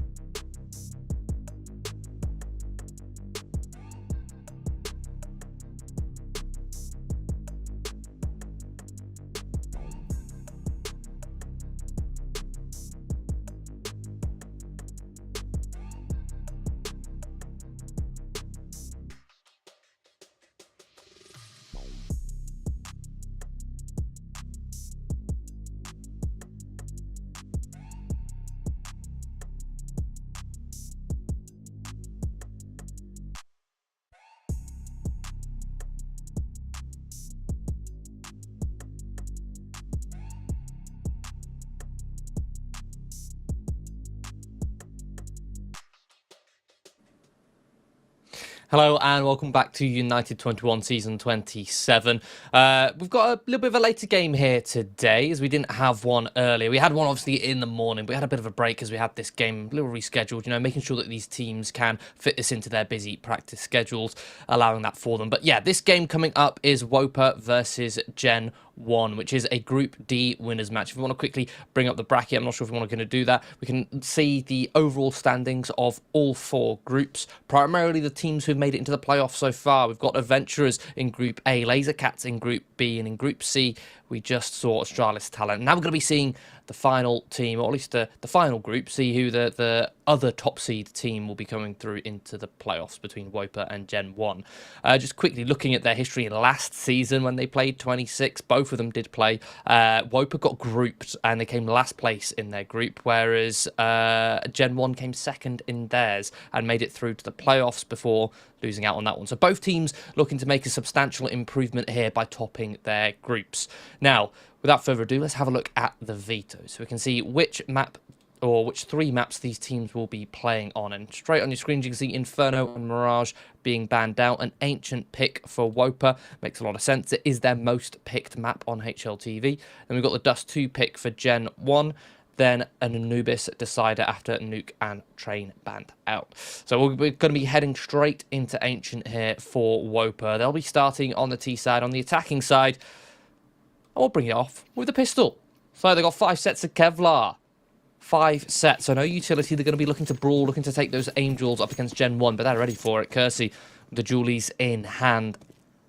Raid boss up, Drac with a full belt of grenades, and all 5 players for Wopa sprint straight in towards the red room. Contact taken, Molly dropped, Incendiary softens them up, and it completely breaks apart the rush for Wopa. Just as they were all fighting together, they're split up and they're isolated. It allows GenOne to pick them off one by one, but Vesta, beautiful pivot to get that headshot on towards Drac. Gone a little bit scrappy here. GenOne haven't been able to successfully win these fights despite splitting up the Wopa players. Wopa stayed calm, they stayed vigilant. They managed to find themselves into a 2 versus 1. Kersey, the raid boss player, the player entrusted with the upgraded Julies, backed by his own Kevlar. Left in the clutch, creeping in on this rotation, coming up the ramp. Does make a step there. I believe that was heard. Regardless, he's going to make some more. Time ticking, no kit in play for the CTs. He's got to hunt them down, and Wopa know this. They know that the win condition is the bomb going off, so they're just going to tuck, try and buy as much time as possible, to make it take as long as possible for Kersey to clear them out. See Nixon there was tucking as far as he could. Kersey will get the last kill, but it's too late. The bomb will explode, and Wopa will secure the pistol round victory. It was a decent idea of a counter there from GenOne with that utility in towards red room. So one thing you've got to bear in mind when you watch these tier 2 games is a lot of these teams will do a lot of preparation. They'll do anti-strats. They'll be able to look at using demo reviewer sites and 2D demo viewers, find the tendencies, find the heat maps. That's the word I was looking for, the heat maps for what sort of plays teams like to make on certain rounds as well. You can filter it towards the gun rounds, the pistol rounds. And a good counter there from GenOne, the utility, but the execution, once they stifled Wopa, they weren't able to actually pick off the rest of the players. They took solo fights, gave 1v1 fights up to Wopa. Wopa ended up winning. Vesta looking to hammer that point home. GenOne force buying up with MP9s here on this B site. Stacking quite heavily, but Vesta not really deterred here. Okay, rushed out of his hiding spot. Will find Vesta, but there's the trade. Wopa smoked off. Plenty of time on the clock. They don't need to rush their way through this one. GenOne makes some steps, gambling a rotation away. In fact, they've predicted the rotation from Wopa quite aptly. Jack's here. The bottom of mid. Rotating in. Hear those steps, and you can see GenOne in a great position here, but the issue is Wopa keeping strong fundamentals. Guns out, just trading. That's all they need to do. Leaves Jax in the clutch, who's managed to find his way towards Donut, but position known. Doesn't take much for Wopa to retrieve the bomb. They won't even do that. They'll just hunt him down, circle him in, keep it simple. So they'll collect that second round. One thing I've noticed on the HUD, Jax has got Kersey's picture. A little bit confusing there. But regardless, yeah, Wopa up to a good start.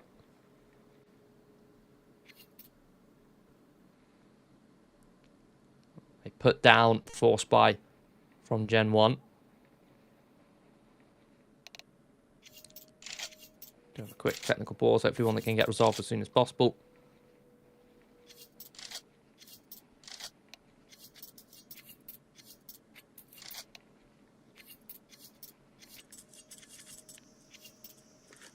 It'll be a full eco for GenOne. Rudovec and Jax at Eagle, each couple flashes on Brooksy and Drac. An extra smoke. See what they can do with this limited investment. Currently playing passive towards mid.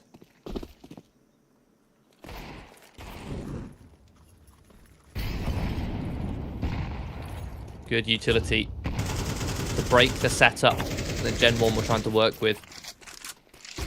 Has pulled a rotation in. GenOne now stacking the site.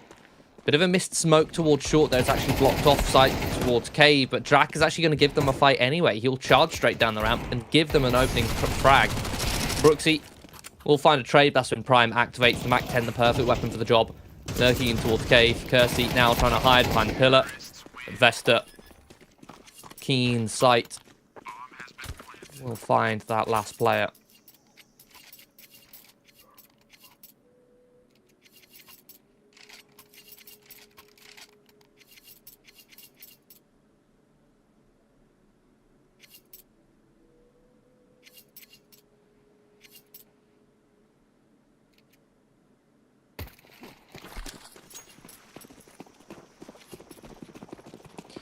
Okay, first gun round comes out for GenOne.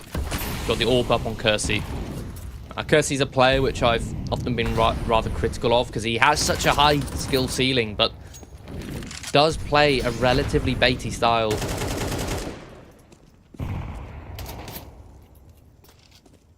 Can in some games find very little impact, and the issue is a map like Ancient sort of compounds that, where you often see dedicated AWPers, sometimes just relegated to sitting on that A-bomb site throughout most of the game.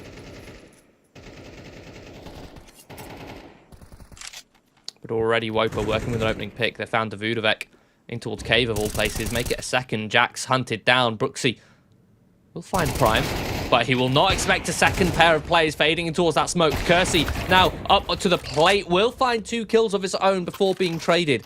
So setting up Drac into the 1 versus 2, but Nixon aware that this rotation is fast. Shoulder spotted. And we'll pluck him out of CT spawn.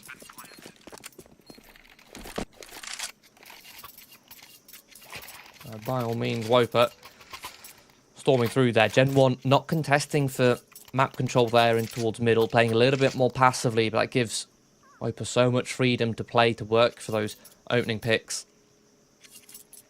I mean, even then with the passive setup, it was very spread out from GenOne. It was 1 towards Donut, 1 towards Red Room, 1 towards Cave. There was no grouping, there was no pairing, no trade potential. Even on the CT side, it's something you need to be looking out for. Prioritizing, maximizing trade potential, so you don't go down for free. You don't go 1 for 1, or go 1 for 0, as a couple of those opening frags happened in the last round. And the thing is, GenOne are doing it again. It's 1 Red Room, 1 A side, 1 Donut, 1 Cave, 1 top of the B slope. These rounds, even more so the rounds where you want to be gambling, where you've got weaker weapons. You didn't win this setup when you had rifles, when you had M4s, when you had the AWP. What makes you think that you'll still be able to have a good shot at it when you have even weaker weapons? And there you go, a free 1v1 fight given up. It's not even a strong fight from Wopa, but they are finding the frags. They're just walking out headshot after headshot. Taking this A site. Nothing really much that GenOne can do. Slime even with a no-scope of all things. Nixon holding that rotation towards cave. Leaves Drac, who may be tempted to save. He's invested quite heavily here into this round. You've got a loss bonus of 3,400. He's invested down to 1,300. Buying an MP9 where he probably could have just done with a 5.7 or a P250. I mean, do the maths. He'll be on 4,700 after this one. Okay, kill reward does change things. It does give him that extra $600 and potential for saving an AK too. I'll see if Wopa let him.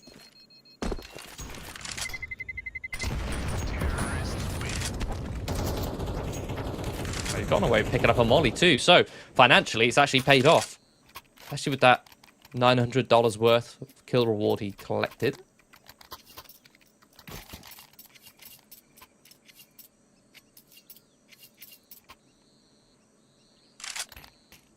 I am always hesitant when I do see players making those kind of investments when you're on a half buy. When yes, you've got full round loss bonus, but on the CT side, you still need to have around 2,000 in the bank to be able to guarantee a healthy buy. His healthy buy here from Jack comes from, one, him saving the Kevlar and an AK, but also getting those kill reward. Okay, now in this round, a bit of a mix-up. GenOne, they try and fight somewhere together, with 3 players circling around mid. A flash through the smoke allows Brooksy to find Prime. In the meantime, Wopa set themselves up for this B site. Hit Kersey and missed second shot. Lands the first, but now it's Drac solo with this AK. And he'll mowed down to the Vudavec in rotation. Find another. GenOne get their first round on the board, finally.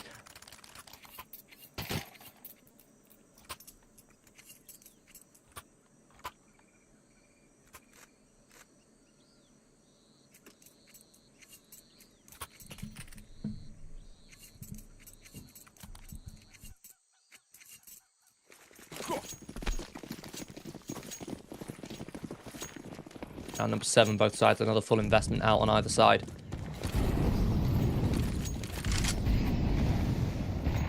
And there we go, another one. GenOne fighting heavy for mid this time, and it's successful once more. Brooksy and Jax with a triple. A little bit more gumption, a little bit more determination behind these early fights from GenOne, actually determined to not just take map control, but disrupt Wopa, to get in their face, to not let Wopa walk all over them.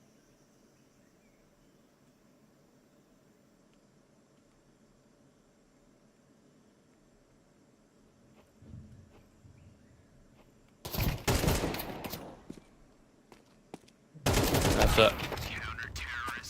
Left in the 1 versus 4 will get picked apart. GenOne find a second. I do believe the Wopa do have just enough cash to go for an investment here. Slime could drop over. Or perhaps they might want to go for a half investment, and that does appear to be the case. Players with less cash going for pistols. Slime, if he wanted to, could, again, like I mentioned, go for a hero weapon. He has that extra cash. But he's just going to keep it preserved to prioritize getting an AWP out. Slime is similar to Kersey, a player who loves to wield that AWP a lot more than the rifles. Big difference between them is their opening attempts. You'll notice that Slime will often go for opening fights, especially on the CT side, whereas Kersey likes to just hide, play on the back lines, hold a passive line. Speaking of passive line, Jack's tucked in towards the back of the site here on A. A little pixel will spot both players crossing, gets the info that no one else is A main. Brooksy goes down because of the patience. Perhaps didn't com to his teammate that there was such an imminent threat, but he will clean up. We'll get the triple kill in return, leaving Nixon.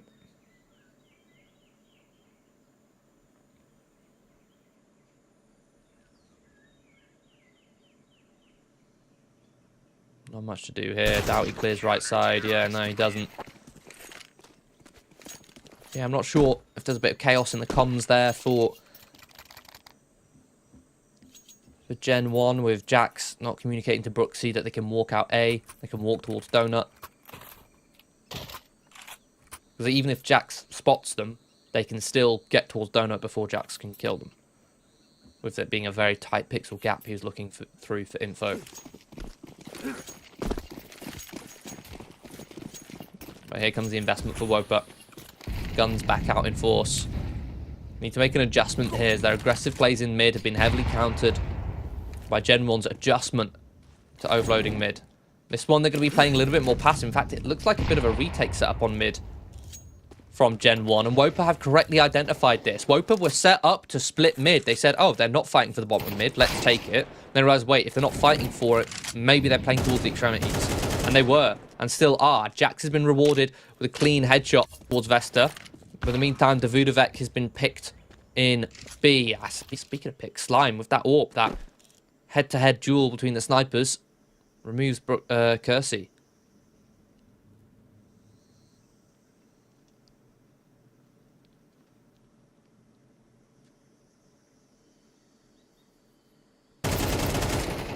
They're just holding for this push. Bomb spotted for GenOne, but no kill. Nothing fatal. Drac is just going to sit in a hole. Jack's aware that this fight is likely to come through, and a clean flick on towards Prime nets him a double kill. Makes it a very difficult situation for Wopa. Jack's most experienced player on the server by a heavy margin, reading that round very beautifully.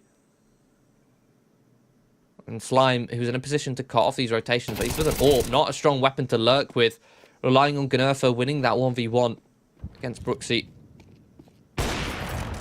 Jack's even hearing the scope. Will fall, but buys time off that clock. I think Slime has very little to work with in this clutch. So he's just going to tuck in towards the A site and look to survive. GenOne themselves, despite having plenty of cash. In fact, yeah, I'm not sure why GenOne aren't trying to hunt Slime down there after the time expires, at least. Plenty of cash to work with for the rest of the half.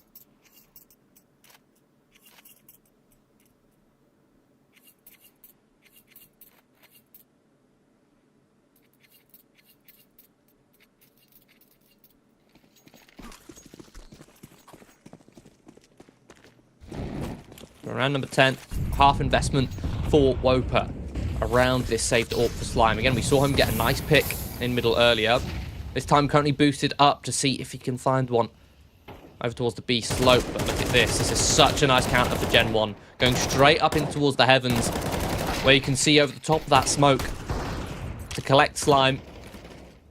AWP drops to Prime. GenOne have the information. They have a man advantage. And Drac just about withstands in the fire and the flames. Tech9 fighting his way up the ramp.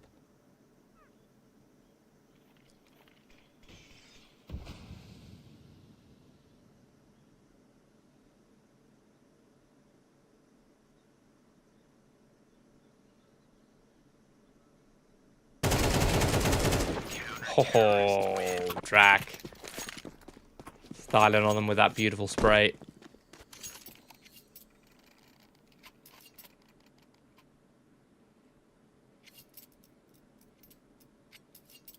Tying up the scoreline. I believe that's 5 in a row for GenOne.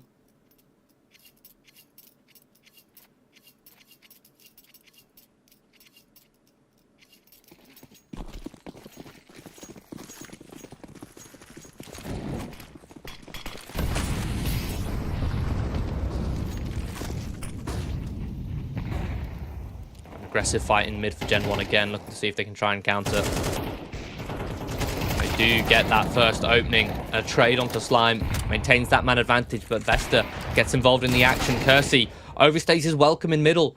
Finds one with the AWP. Has to whip out the pistol, and it's not enough. And Prime's going to make that quick rotation in towards Donut. Molly in towards CT. And GenOne holding for this rotation, waiting for Davudovec to move. But Davudovec has read this perfectly. He's not moved an inch, not made a sound, made GenOne doubt that he's coming this way, and caught him back turned. Prime now in the clutch, has to rush this plant. He's going to try and fade through the CT smoke. Question is, does Drac watch for it? Yes, he does. Just tucks his way in towards CT spawn. Knows that Prime has to make some sort of move to find a fight. So GenOne will take the lead again. Another disruptive fight in towards middle. Traded back and forth, but it's that beautiful read from Davudovec in the 2v2. Not pushing cave, waiting for GenOne. 90% of players in that scenario would hear the steps of Prime sprinting towards Donut, and then you'd run out of cave and think, oh, I can try and catch him in the back. But Davudovec knew that there was a second player just sat in towards heaven. Waited for that second player.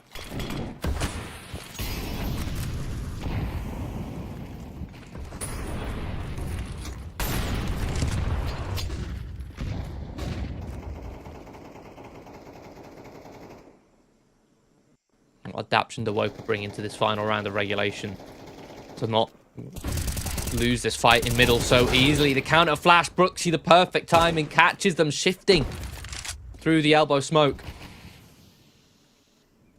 Double smoke on towards Donut. Man disadvantage for the Danes.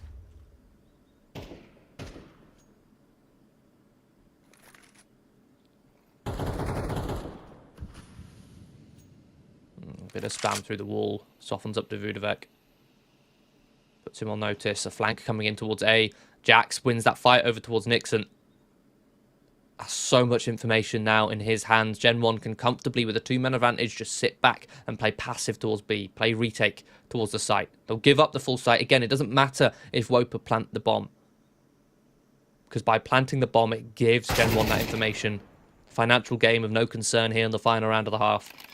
Drac catches Slime's aggressive push. Slips in towards Shaw. Finds Knerfen. And just like that, GenOne secured the half, 7-5. And again, I believe that's 7 in a row for the CTs, for the Frenchmen. They lose the pistol. They lose the first gun round. But it's the second gun round and the impact starts to show. Some high fragging, some multi-kills coming out of Jax, Drac and Brooksy. I mean, Davudovec, bottom of the scoreboard, 4 and 7. Yeah, he certainly wasn't missing from the impact. That 2v2 is going to make all the difference. Gives GenOne a 2-round lead coming into the next half. A healthy bed of rounds, a healthy springboard for them to launch their way to success.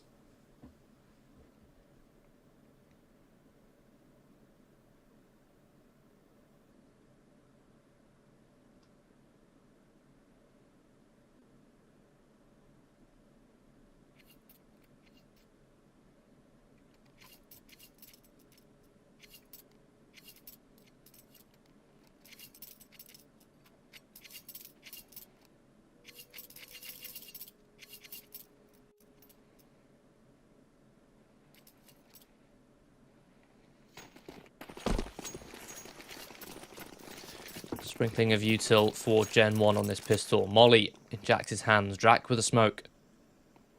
Slow start.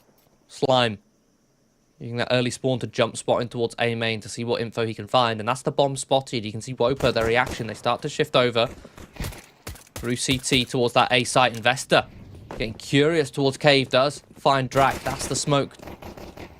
In fact, the smoke's already deployed in towards CT. The utility is good. GenOne dismantling this A site. 3 quick kills, and Prime trying to creep through the edge of the smoke will get demolished. I mean, if you're Wopa, you've got a man advantage, you've got the information, you've got the rotation, you're in position, and then you all just fall flat. I mean, I see this time and time again from teams at this sort of level where you have the information and you stack a site correctly. Or you stack the correct site, should I say. But the quality of your stack isn't there. A lot of teams completely neglect the fact that because they have extra players, they can have a better setup. 1-for-1 here in towards middle. Big acceleration there from Wopa. Find a Mac 10. A lot of damage received in response. Deep util. It should be the round done. And dusted. Yeah, the Mac 10's making light work. But yeah, back to my point, the quality of stacks is often quite poor because they think, oh, just because we've got the numbers means that our setup will hold because we've got all our team here. We've read the round. Okay, but with that stack, what are you doing? Do you have the crossfires? Do you have the bait and switches? Or are you all in just one and done spots? Are you all just hiding in corners? Or are you all just holding angles which can be fought and isolated one at a time? Say if GenOne coming onto the A site from A main, are they able to just take one fight towards big box, kill that player, then move on to the next fight towards temple, kill that player, move on to default, kill that player, so on and so forth? Or are you actually playing a bait and switch where the first 2 players are hiding, player on default takes contact, and then the big box and temple guy swing? Extra layers improve the quality of your site holds and your stacks, not just relying on the fact that you have the stack, that you have the read, that you have the players already there.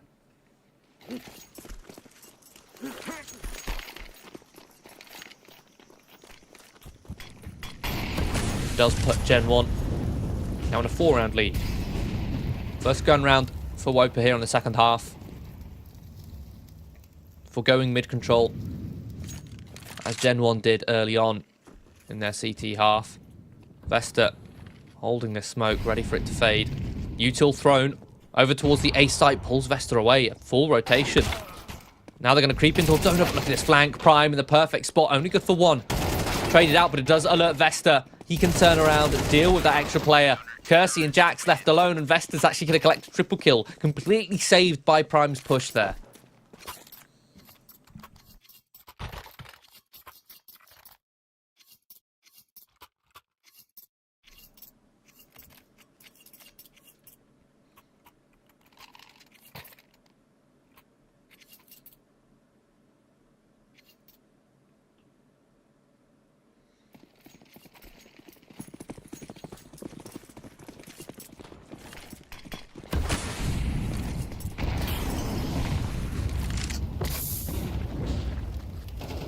The util from the CT's in mid.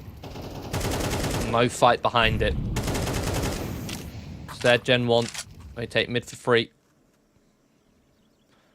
Good donut and red room smoke. And this is just a rinse repeat. Another A split. This time, a little bit faster, a little bit more pep in the step. Vesta, the lone defender. The rotation eventually comes through. Wopa win the initial fights. But GenOne, not dead just yet. We're going to choose to play retake a little bit. Oh, Jax, what a shot on towards Slime. A filthy deagle. Time to be planted, the 3v3. Gnurfer straight in towards Temple. Accelerating, has his teammate of Nixon to back him up for that trade potential. Letting the MP9 clear out the angles with the M4 ready to trade.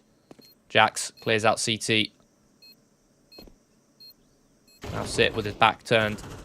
Both Donut and CT only worrying about A main and Temple. A nice angle, finds the dink, but dinked in response. Time ticking on this bomb. Wopa needs to get a move on. Smoke towards Donut. They're able to isolate Jax, who again buys more time. Bomb to be stuck, and Drac lines up the spray perfectly. Even gets the second one, and that's it. Round done. Nixon, even if he kills him, there's not enough time on the bomb. So GenOne steal a 10th away. Again, a 3 versus 4. Put down into a 3 versus 3. And again, Jack's doing his job.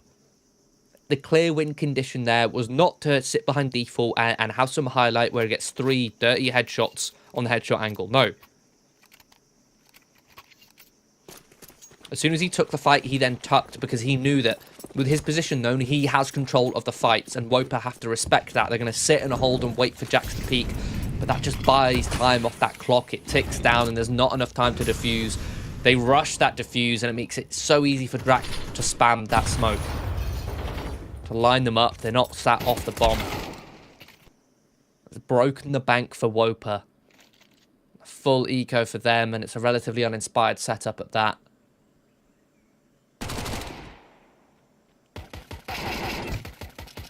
Oh, hello, Prime.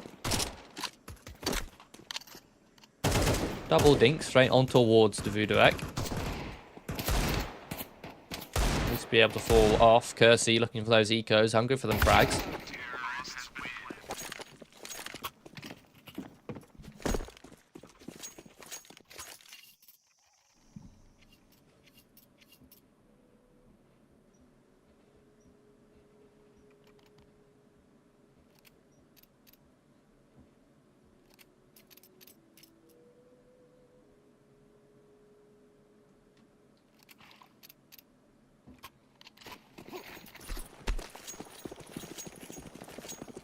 Okay, GenOne starting to ramp up into this round.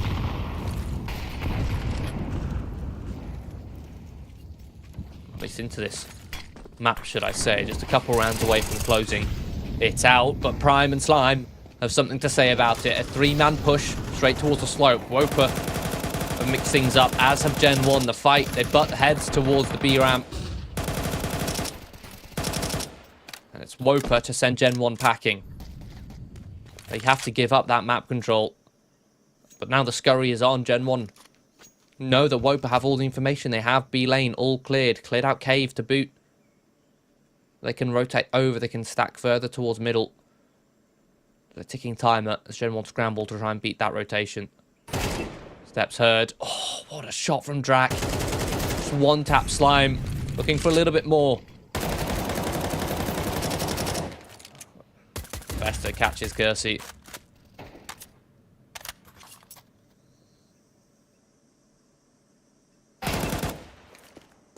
And Brooksy in the clutch. We'll stick this bomb plant. Prime, I believe, almost blinded himself there, I think. But Wopa will collect that round. A little bit of a misplaying towards middle. Drac with a beautiful one tap down to 10 HP. He should be the one taking that fight first, with Kersey baiting. That's again, normally I criticize Kersey for baiting, but the one round he doesn't do it is where he shouldn't be. He should be baiting. He should be playing to trade Drac, the low HP player. Instead, he gives a 1v1 with Vesta, where Drac on 10 HP has no chance of trading.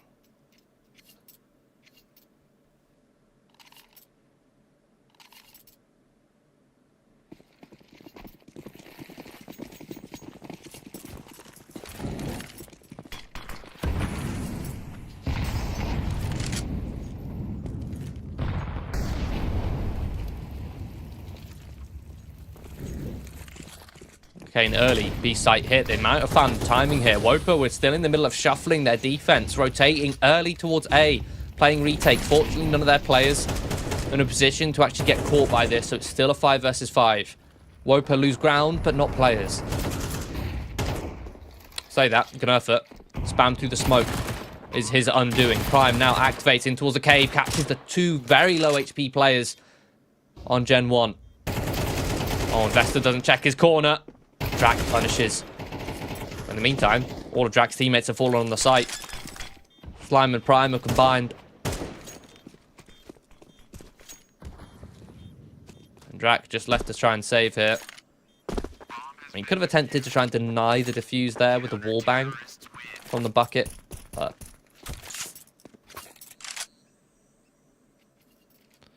prioritizing his economy. So Wopa still have some life left in them. A solid B-site retake. And again, I'll say it, that the spacing there from GenOne was pretty poor. Yes, they got the man advantage, but when they executed that B-site, they smoked long, smoked short. Their clear goal was to take cave. I always say this, if anyone has ever listened to me cast just one game, you'll always hear me say this. When you hit a bomb site, you need to be clear before you hit that site where your post plant is. You have to take an extremity beyond the site. You can't just take the site, you have to take beyond the site. Whether that's taking long and short or taking cave. So that way you have at least two of the extremities to defend the bomb from. So with long and short smoke, the clear goal there for GenOne was to take cave, but the spacing was awful. They took the site beautifully, but they didn't take cave properly. They walked in one by one, allowed an MP9 to get a double kill. Now this weak investment for GenOne being picked apart. Dry fights taken across the map. Dry fights which Wopa will happily win with superior weapons.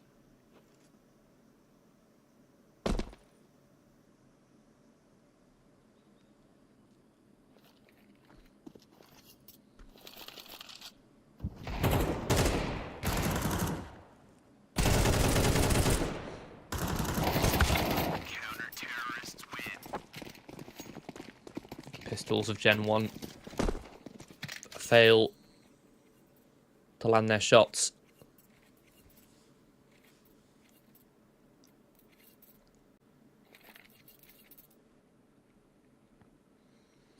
And Wopa begin to close this scoreline. As GenOne are within 2 of winning the map, Wopa are within 2 of tying the score.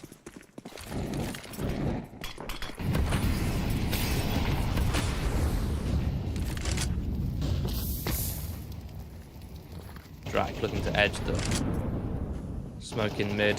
Successful. Taking that fight.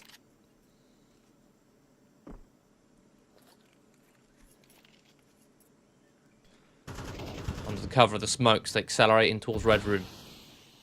Smoke. Cover. There, watch Vesta. Peaks at the right time and lands too. Even transfers onto Davudovic despite the unexpected close right angle. Slime wins that ranged fight against Jax. In fact, he's found 2 in towards A main. All these fights from GenOne are just a little bit too dry. There's not enough trade potential behind any of these engagements. Being picked off one by one. Yes, you could argue the one towards red room was a 2-man push, but the trading needs to be a little bit better than that.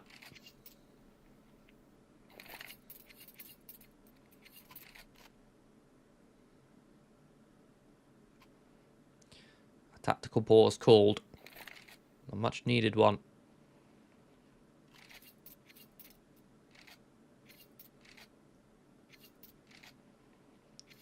For GenOne, likely to eco here and then let it tie up at 11-11. So this tactical pause could be them discussing how they want to approach a round with pistols, whether they want to organise some sort of set piece or execution or a strat, improvise something, create something right now in that tactical pause, or perhaps to discuss where they're going wrong on their buy rounds because they're only going to have one left. It goes to 11-11.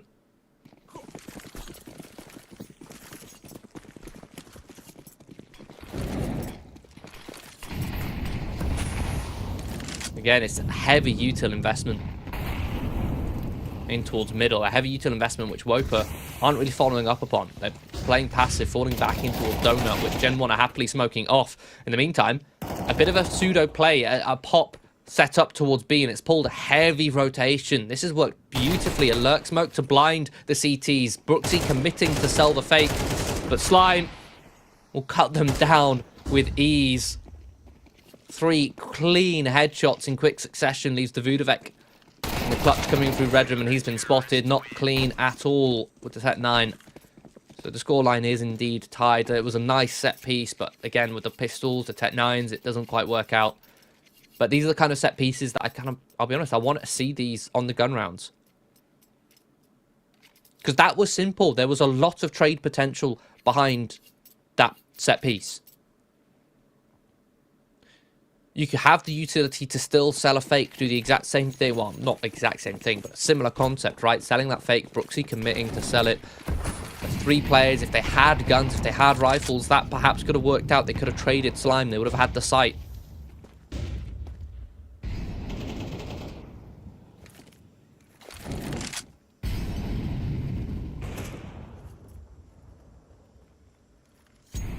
Again, Wopa happy to play passive towards mid.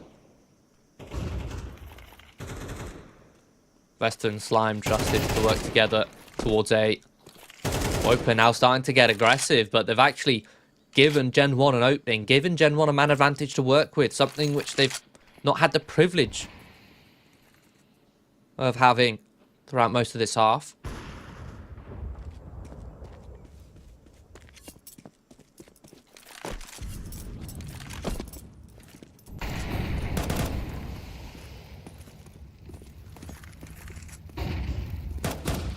Wopa double down in towards cave control. The early information allows them to gamble stack here. The entries from GenOne are successful. Wopa struggle to hold on towards that site, leaving Slime. I mean, there's no reason to save here, Slime. There, Slime, look at your cash. The only reason, which he's clocked on there, is to prevent GenOne from having an AWP, but again, on the T side, Kersey doesn't often rock with the sniper rifle.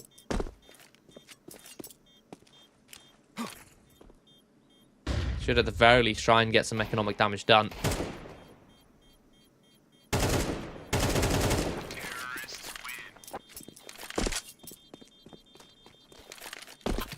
Final round of regulation.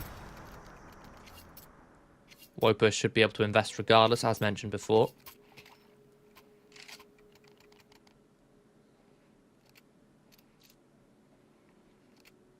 GenOne surviving with 4. It's a clean save for them. Only 1 reinvestment has to come out.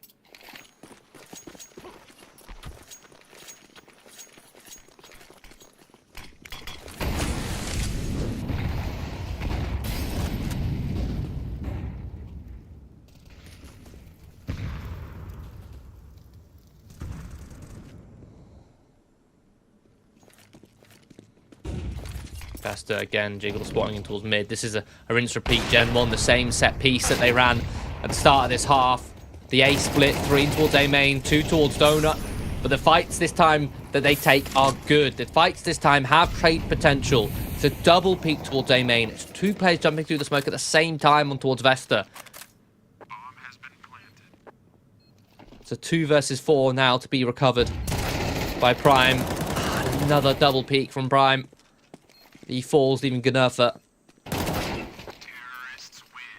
That's all she wrote. GenOne, they steal Ancient away. A very, very solid CT side from them. A good adjustment into fighting towards mid. And then the adaptations eventually came. Wopa did put up a little bit of trouble for them in that second half. Almost making that comeback. More like a bit of a cosmetic comeback, but there we go. We do have GenOne taking that map pick away. We're going to be moving on to GenOne's map pick of Dust 2 next after this quick 10-minute break. So don't go anywhere. We'll be right back.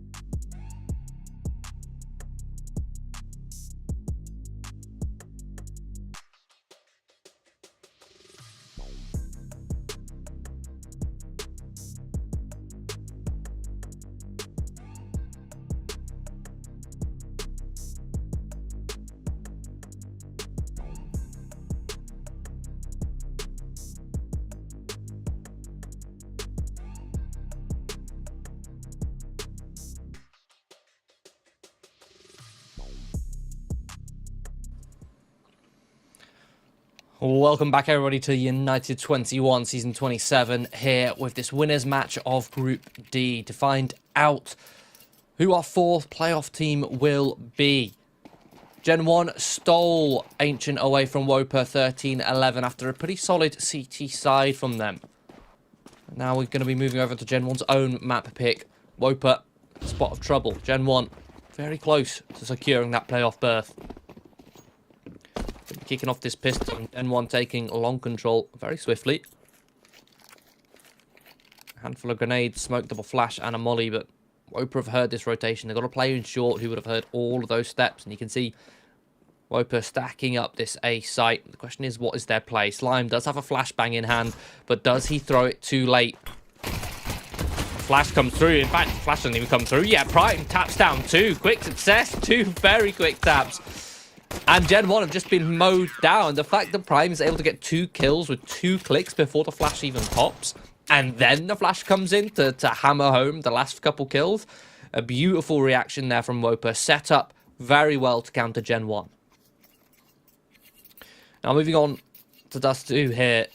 What I want to highlight is the head-to-head between the two AWPers. I did mention it. I did touch on it on Ancient. There's very different styles between the two of them. Kersey's a much more passive player, doesn't like getting aggressive with the sniper, whereas Slime loves to use that weapon for opening attempts to try and give his team an advantage early on to work with. Now, Dust 2 Kersey is arguably a little bit more aggressive, but point still stands. He'll still have that head-to-head trade between them. On this round, it's full Glock round. They pop through the B tunnel smoke, and they do actually secure the site as well as an MP9, and that MP9 has torn the head off Slime. Into the 3-on-3, the bomb ticking. None of these CTs have a kit, so they need to get a move on, unless there's a kit dropped in the site, which there should be. The flank does come through. They do clean up the site, but up against just Glocks and Wopa, allow that go down to a 3 versus 3 post-plant. Or and GenOne allow that, should I say, yeah.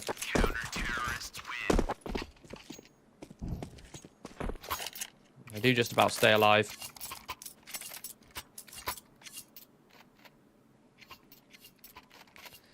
But that's damage done to the economy. Wopa need every round possible to build their bank so that Slime can get AWPs up as much as possible here on Dust 2.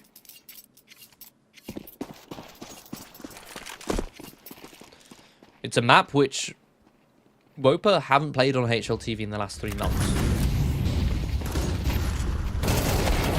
One that they're going to have to get used to playing. Now the Vertigo's gone from the map pool, but the Vudavek is not going to make it easy for them. He finds 2 quick openings and even gets an assist on the 3rd before he falls.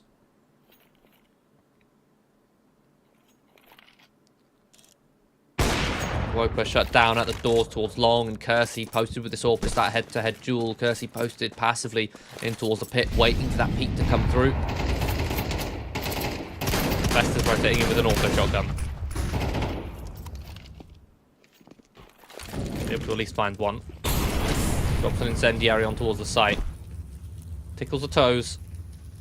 Jax. Incendiary actually messes with him, and oh, Kersey lands the shot on him jumping. The headshot, the 1-tap. Beautiful stuff. Jax even saving the AWP.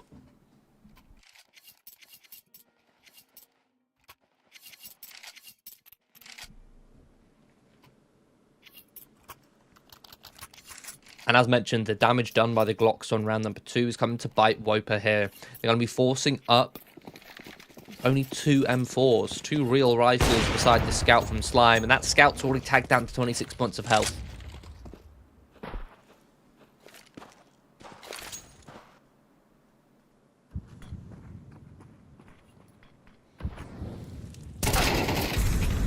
Aggressive play from Vesta, completely shut down. He finds the timing to slip up towards short, but that's one of the rifles removed. And the second dropped here towards tunnels. Drac barely breaks a sweat. Tapping down the 2 players. Even catching Slime, finishing him off, and I think he may have spotted the head of Nixon. Hard to clear him. It's a quad kill. GenOne not only tie us up, but they also break the bank for Wopa.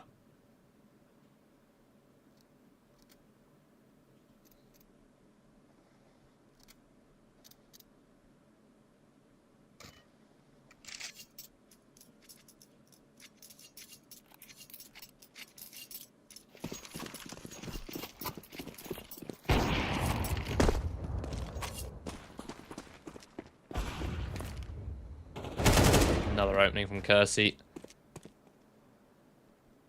GenOne just running around, essentially death matching here on this one up against the USPs. Again, Kersey patiently pins it towards the middle. It's one of the reasons why this map is such an AWPer's paradise, because yes, you have the opportunity to play aggressively as Slime likes to and go for those openings, but it's so powerful to be passive and just sit and pin the rotations on the T side. CT side too, for that matter. You can cut this entire map in half with that AWP. Get very uncomfortable, even for the CTs. Okay, Wopa investing here, but it's very weak. Their loss bonus hasn't been built up high enough, despite fully ecoing on the last. It's M4s with next to no utility. They don't have the grenades to contest the map control, and Kersey, another opening kill.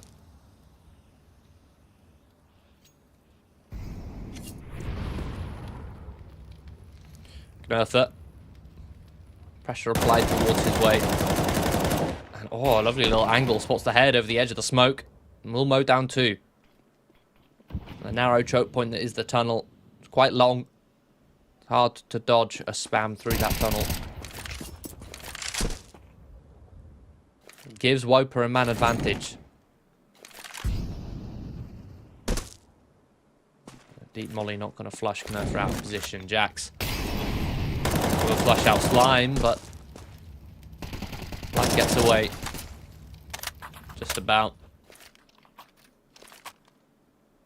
And the thing is, GenOne have a free pathway up towards the A site, which Brooksy is making use of.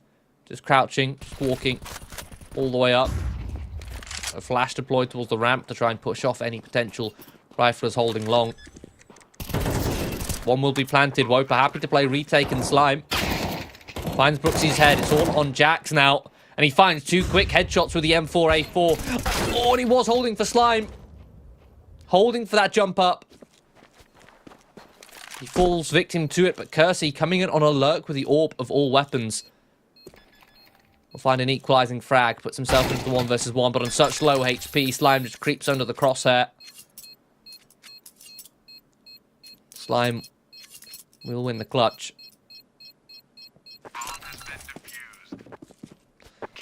And even be able to pick up an AWP for his troubles.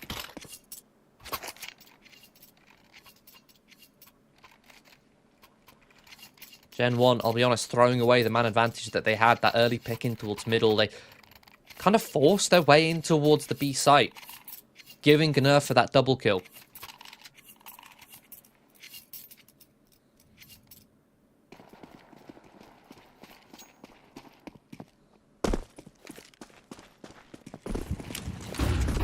And now Wopa do have a little bit more utility. They also have that AWP.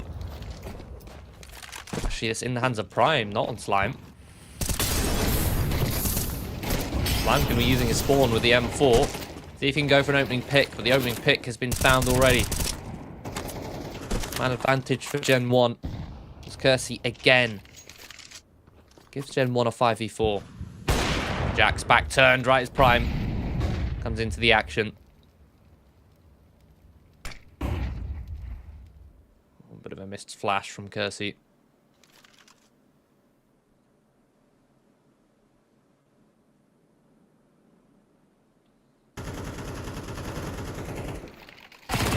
Drax just mows down two and towards middle, but Nixon! Oh, okay. Nixon just got a... Okay. So, it's a 2 versus 4.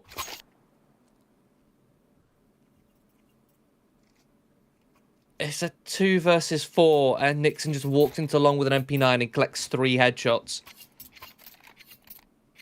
Gen 1 are not going to be happy with that one. Getting caught with util out in their hands.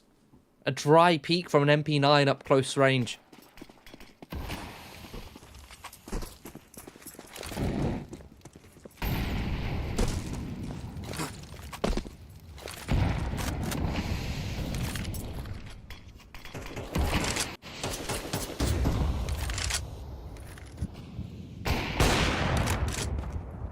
Finally, Slime gets into the action with a sniper of his own, and finally also bests Kersey. Look at this lurk from Jax. Straight through the smoke. Drac and Davudovec find a flurry of frags each. Actually getting the assist is Kersey, so a man advantage for the Frenchman. Now, all they have to do is maximize trade potential. Grouping up together, accelerating up on towards this A site. Vesta, here on the jump up. Ollie comes through, jumps up before it expires, catches Jax as well. The trading not there for Gen 1, just a little bit too split up. Puts it down into the 1 versus 1. Now, fortunately for Davudovec, Prime is low. Bomb planted, time begins to tick. So sticky reposition here for Davudovec. Oh, but will catch Prime. Low on bullets as well from Davudovec. Shouldn't have mattered too much again with the health of Prime in that range, but it was a beautiful shot regardless. So the scoreline is still tied.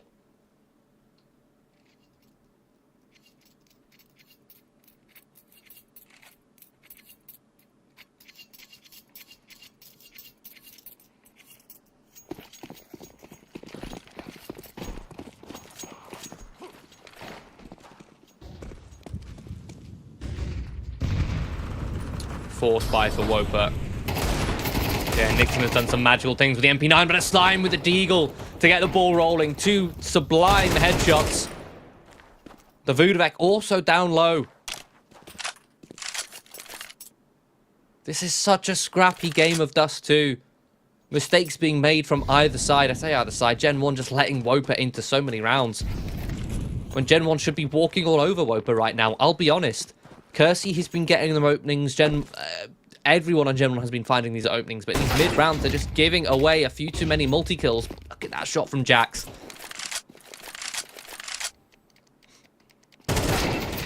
Oh, it's such a nice angle, but Jax isn't able to get into the car early enough, and Davudovec not clean enough on the angle held. So the force buy from Wopa, when it's Deagles and MP9s on Dust 2, prevails. Slime, as aggressive as I mentioned before, gets them those openings. And Prime to close it out with a triple.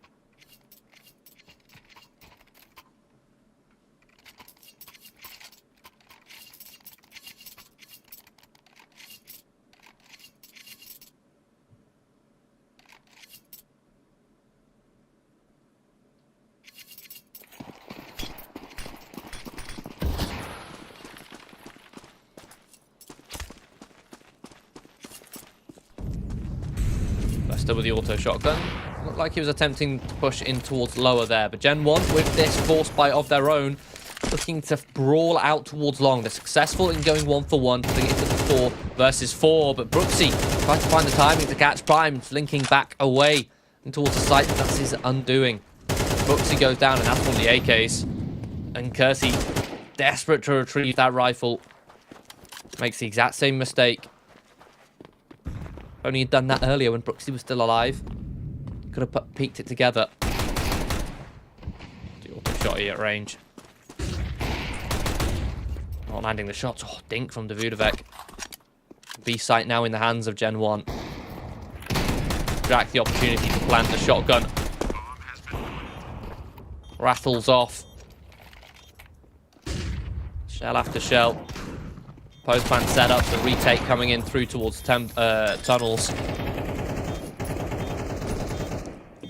Wopa will be able to get the defuse. This is so scrappy from Gen 1. This is, I'll be honest, not good Counter-Strike coming into this one. I think they've come into this with a level of complacency, having stolen Ancient away from Wopa, thinking, well, we beat them on their map pick, and despite the scoreline, we felt comfortable on it.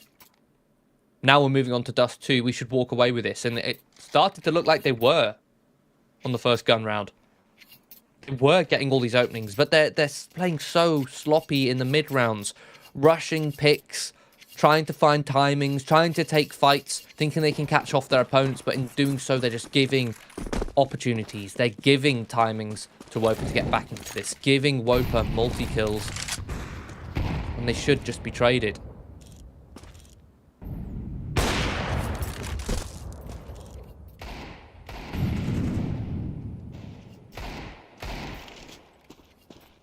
Now broken the bank.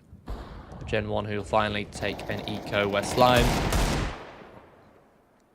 is happy to farm them in mid with this AWP.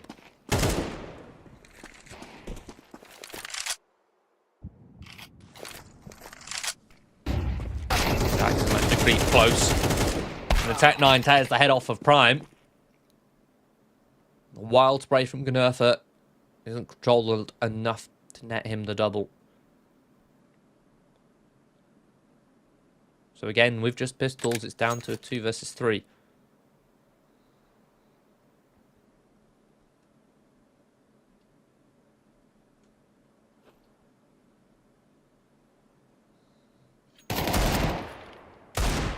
Wester tries to go for a little bit of an info play, a peek up on towards short, but he's met with a deagle of the Vudavec. Nixon now dances up on the ramp. Slime coming on this flank. Tech-9 in hand. Spots the head of Drac.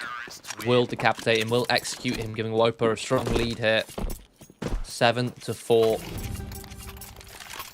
1 round left in the half.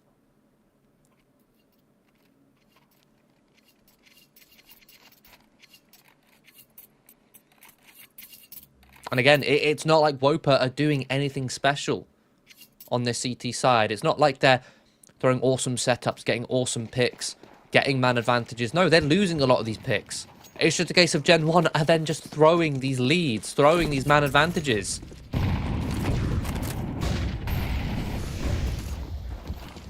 And GenOne look to fight towards long. Counter flash comes through. Jax dodges it, but it's best to find the first kill before being traded. Nixon tries to push through the smoke to support, but in doing so gives up another kill. A man advantage for GenOne once more. Let's see how they throw this one.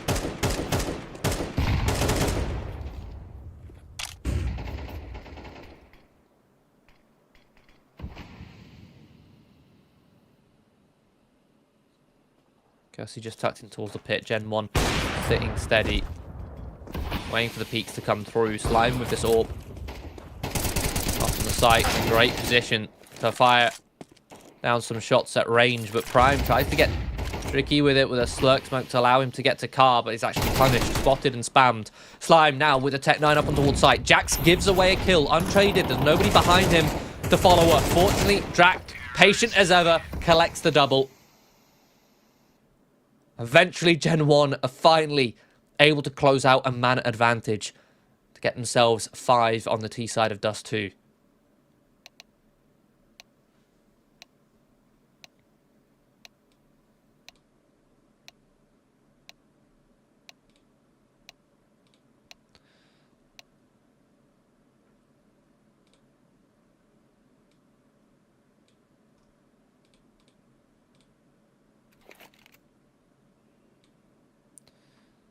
And the thing is, Dust 2 is still slightly T-sided.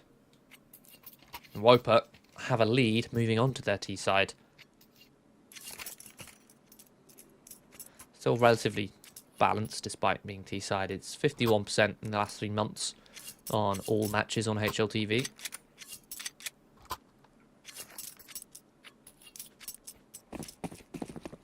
But these scorelines can swing wildly dependent on the control of the economy. Can all be decided by the result of a pistol round. Brooksy actually tagged headshot through the wall. Still on 91 points of health. Gets the info.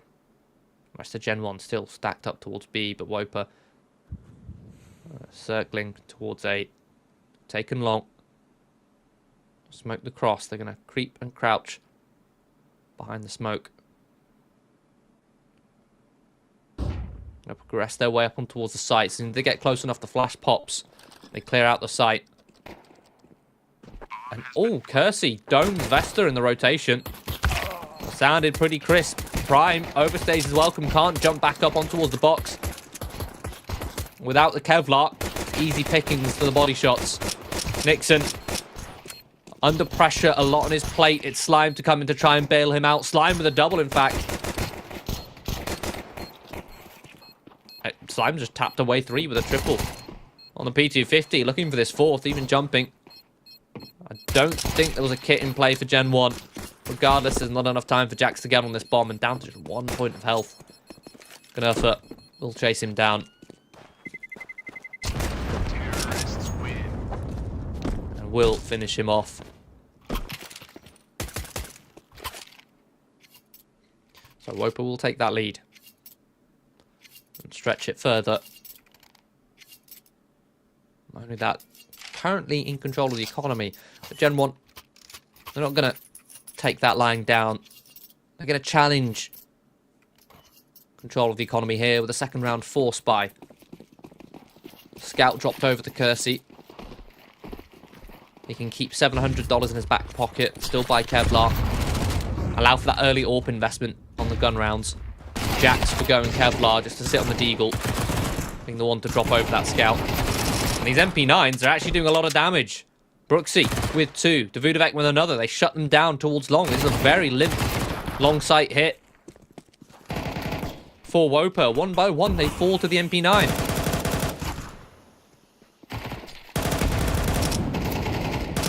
Vesta in the clutch.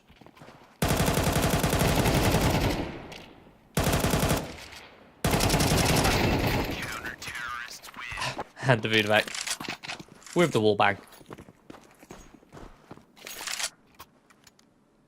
So GenOne, their challenge is successful. And not only that, do they survive with multiple players who have picked up AKs. 3 AKs to be precise.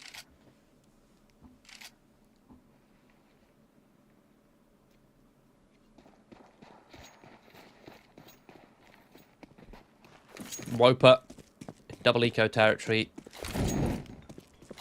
They have no choice but to challenge the economy, but to buy the Deagles, the Tech 9s, and the Kevlar. But Brooksy has something to say about it. GenOne now coming into their own on their CT side.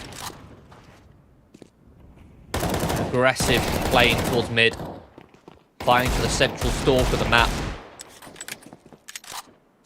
Their superior weapons unfazed, unbothered. Slime left with this Scout. The pre-fire gives him that aim punch.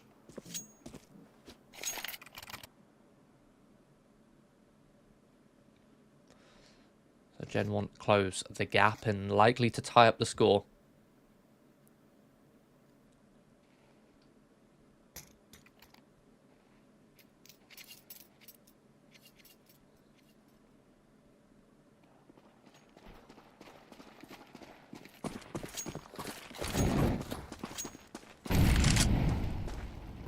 Good read of the economy from GenOne should indicate they're up against pistols still. It's time of full eco. A set play in mind.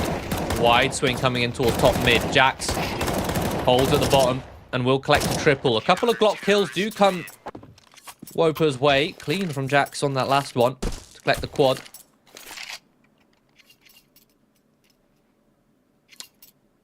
It's not bad damage considering it was Glocks and a single flashbang from Wopa to get 2 kills.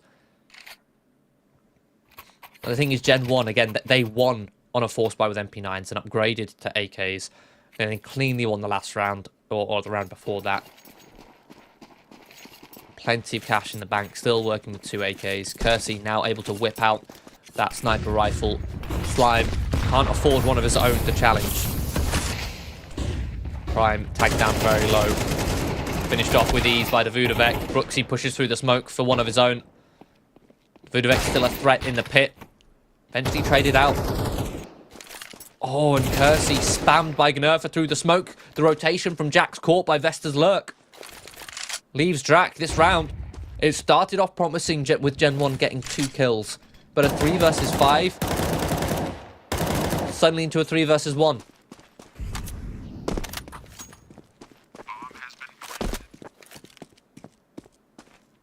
In the blink of an eye.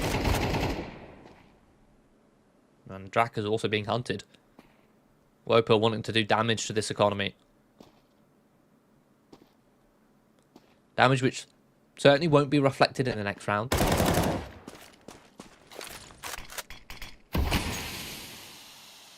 Undoubtedly could have consequences later.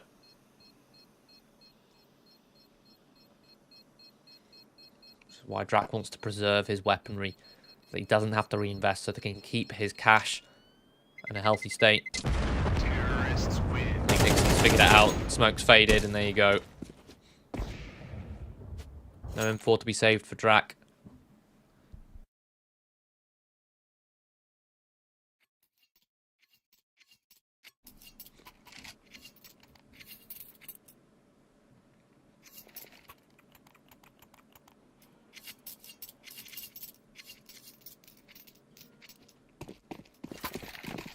GenOne fully reinvested. In fact, they've actually emptied their coffers to afford this buy.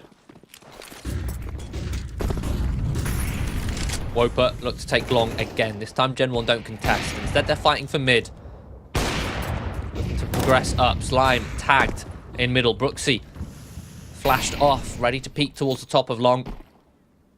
Disengages. GenOne have the info. They know that long is lost.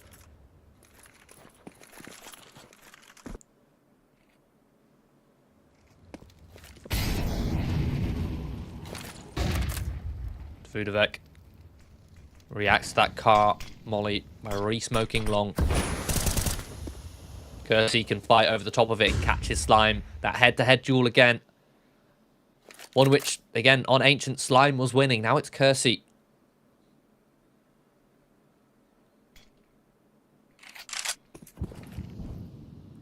Wopa replenished that smoke. Still a minute on the clock, but a man disadvantage and a missed molly. That's disastrous as Vudavec has placed himself towards the car under the cover of that smoke. They don't have another molly to clear this. They could spam it. They could wallbang it if they wanted to.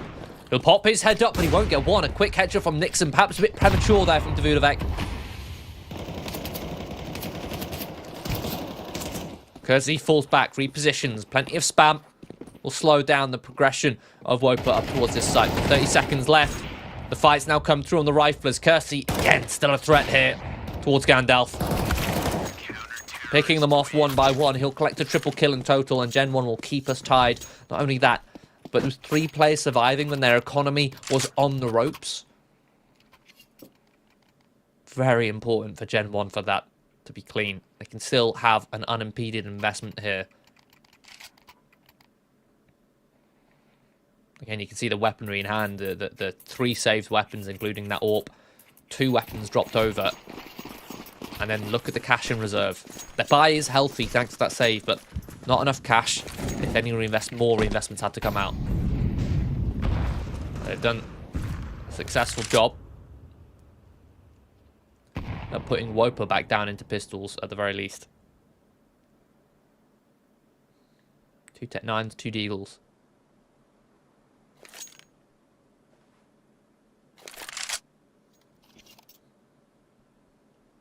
Grouped up in towards mid. GenOne actually gambling, leaving short completely open. They're stacking 2 towards long with an anti-flash setup and 3 towards B with one of those B players tucked in towards the shelf outside window. Okay, now they start to watch short with Kersey posted on this AWP. Fortunately for him, Wopa don't have any utility. If they had flashes, smokes, or at least one smoke, a couple flashes, they could push Kersey off, they'd get the A site for free. Or perhaps close Kersey down and drop a free AWP.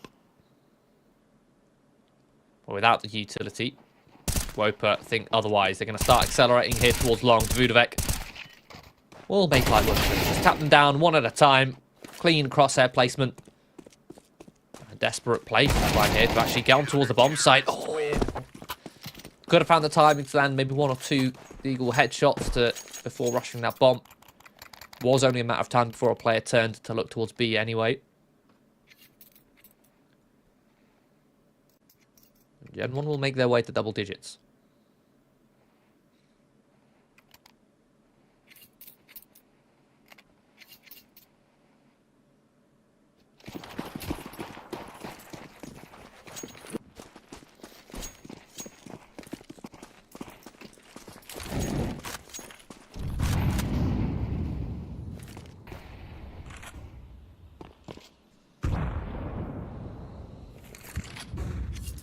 Wopa, I like to go for a bit of a default. Clearing out lower tunnels. And splitting. Shot. Early flash in towards the mid-smoke, but Jack's ready for it. He loves getting sneaky behind these doors, both on T and CT side. Good for one, but he is traded. A nice setup on towards short. Brooks is able to punish Prime from trying to peek after the AWP shot is fired off. Giving GenOne a man advantage to work with. The issue is their rotation is split. It's cut in half. Nixon has found a lurk in towards this CT smoke. Kersey staring at it. Has it watched. Missed shot. The Davudovec finds death towards long. What a distraction. Fortunately, Brooksy covers Kersey. Man advantage. Now 2-man as Gnurfer is caught on the cross, leaving Slime. 1 versus 3. Plenty of time. Picks up a smoke down the bomb. Spotted now, jumping across towards the site. HE comes sailing through. Slime isolates the first, isolates the second. The trade is non-existent. Brooksy eventually comes in with the peak. Before Slime could get in towards cover, and GenOne stay afloat. Not only that, again breaking the bank of Wopa. Again putting Wopa on pistols.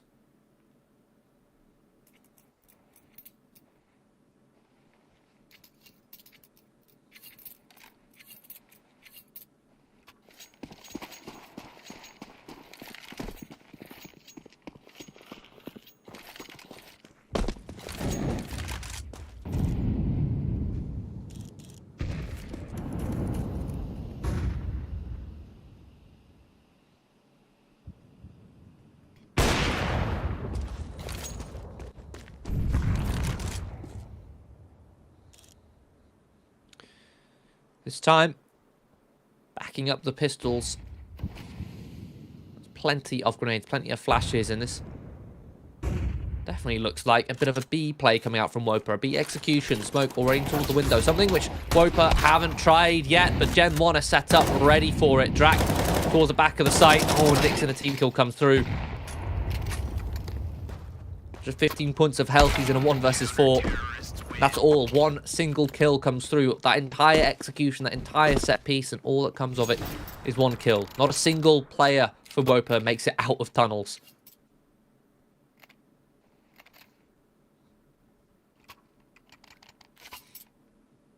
GenOne now just 1 round away from removing Wopa. Well, not removing Wopa. A bit harsh. 1 round away from making playoffs. Wopa won't be eliminated should they lose this. They'll go down to the deciders match, Group D.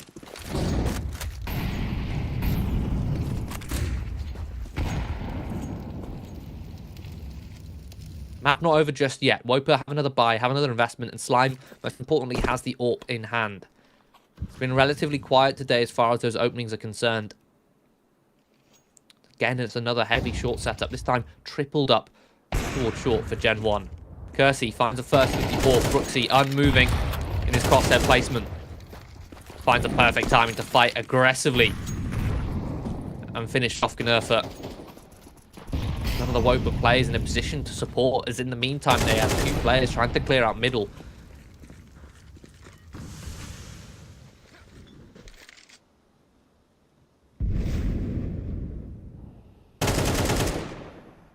Minute on the clock.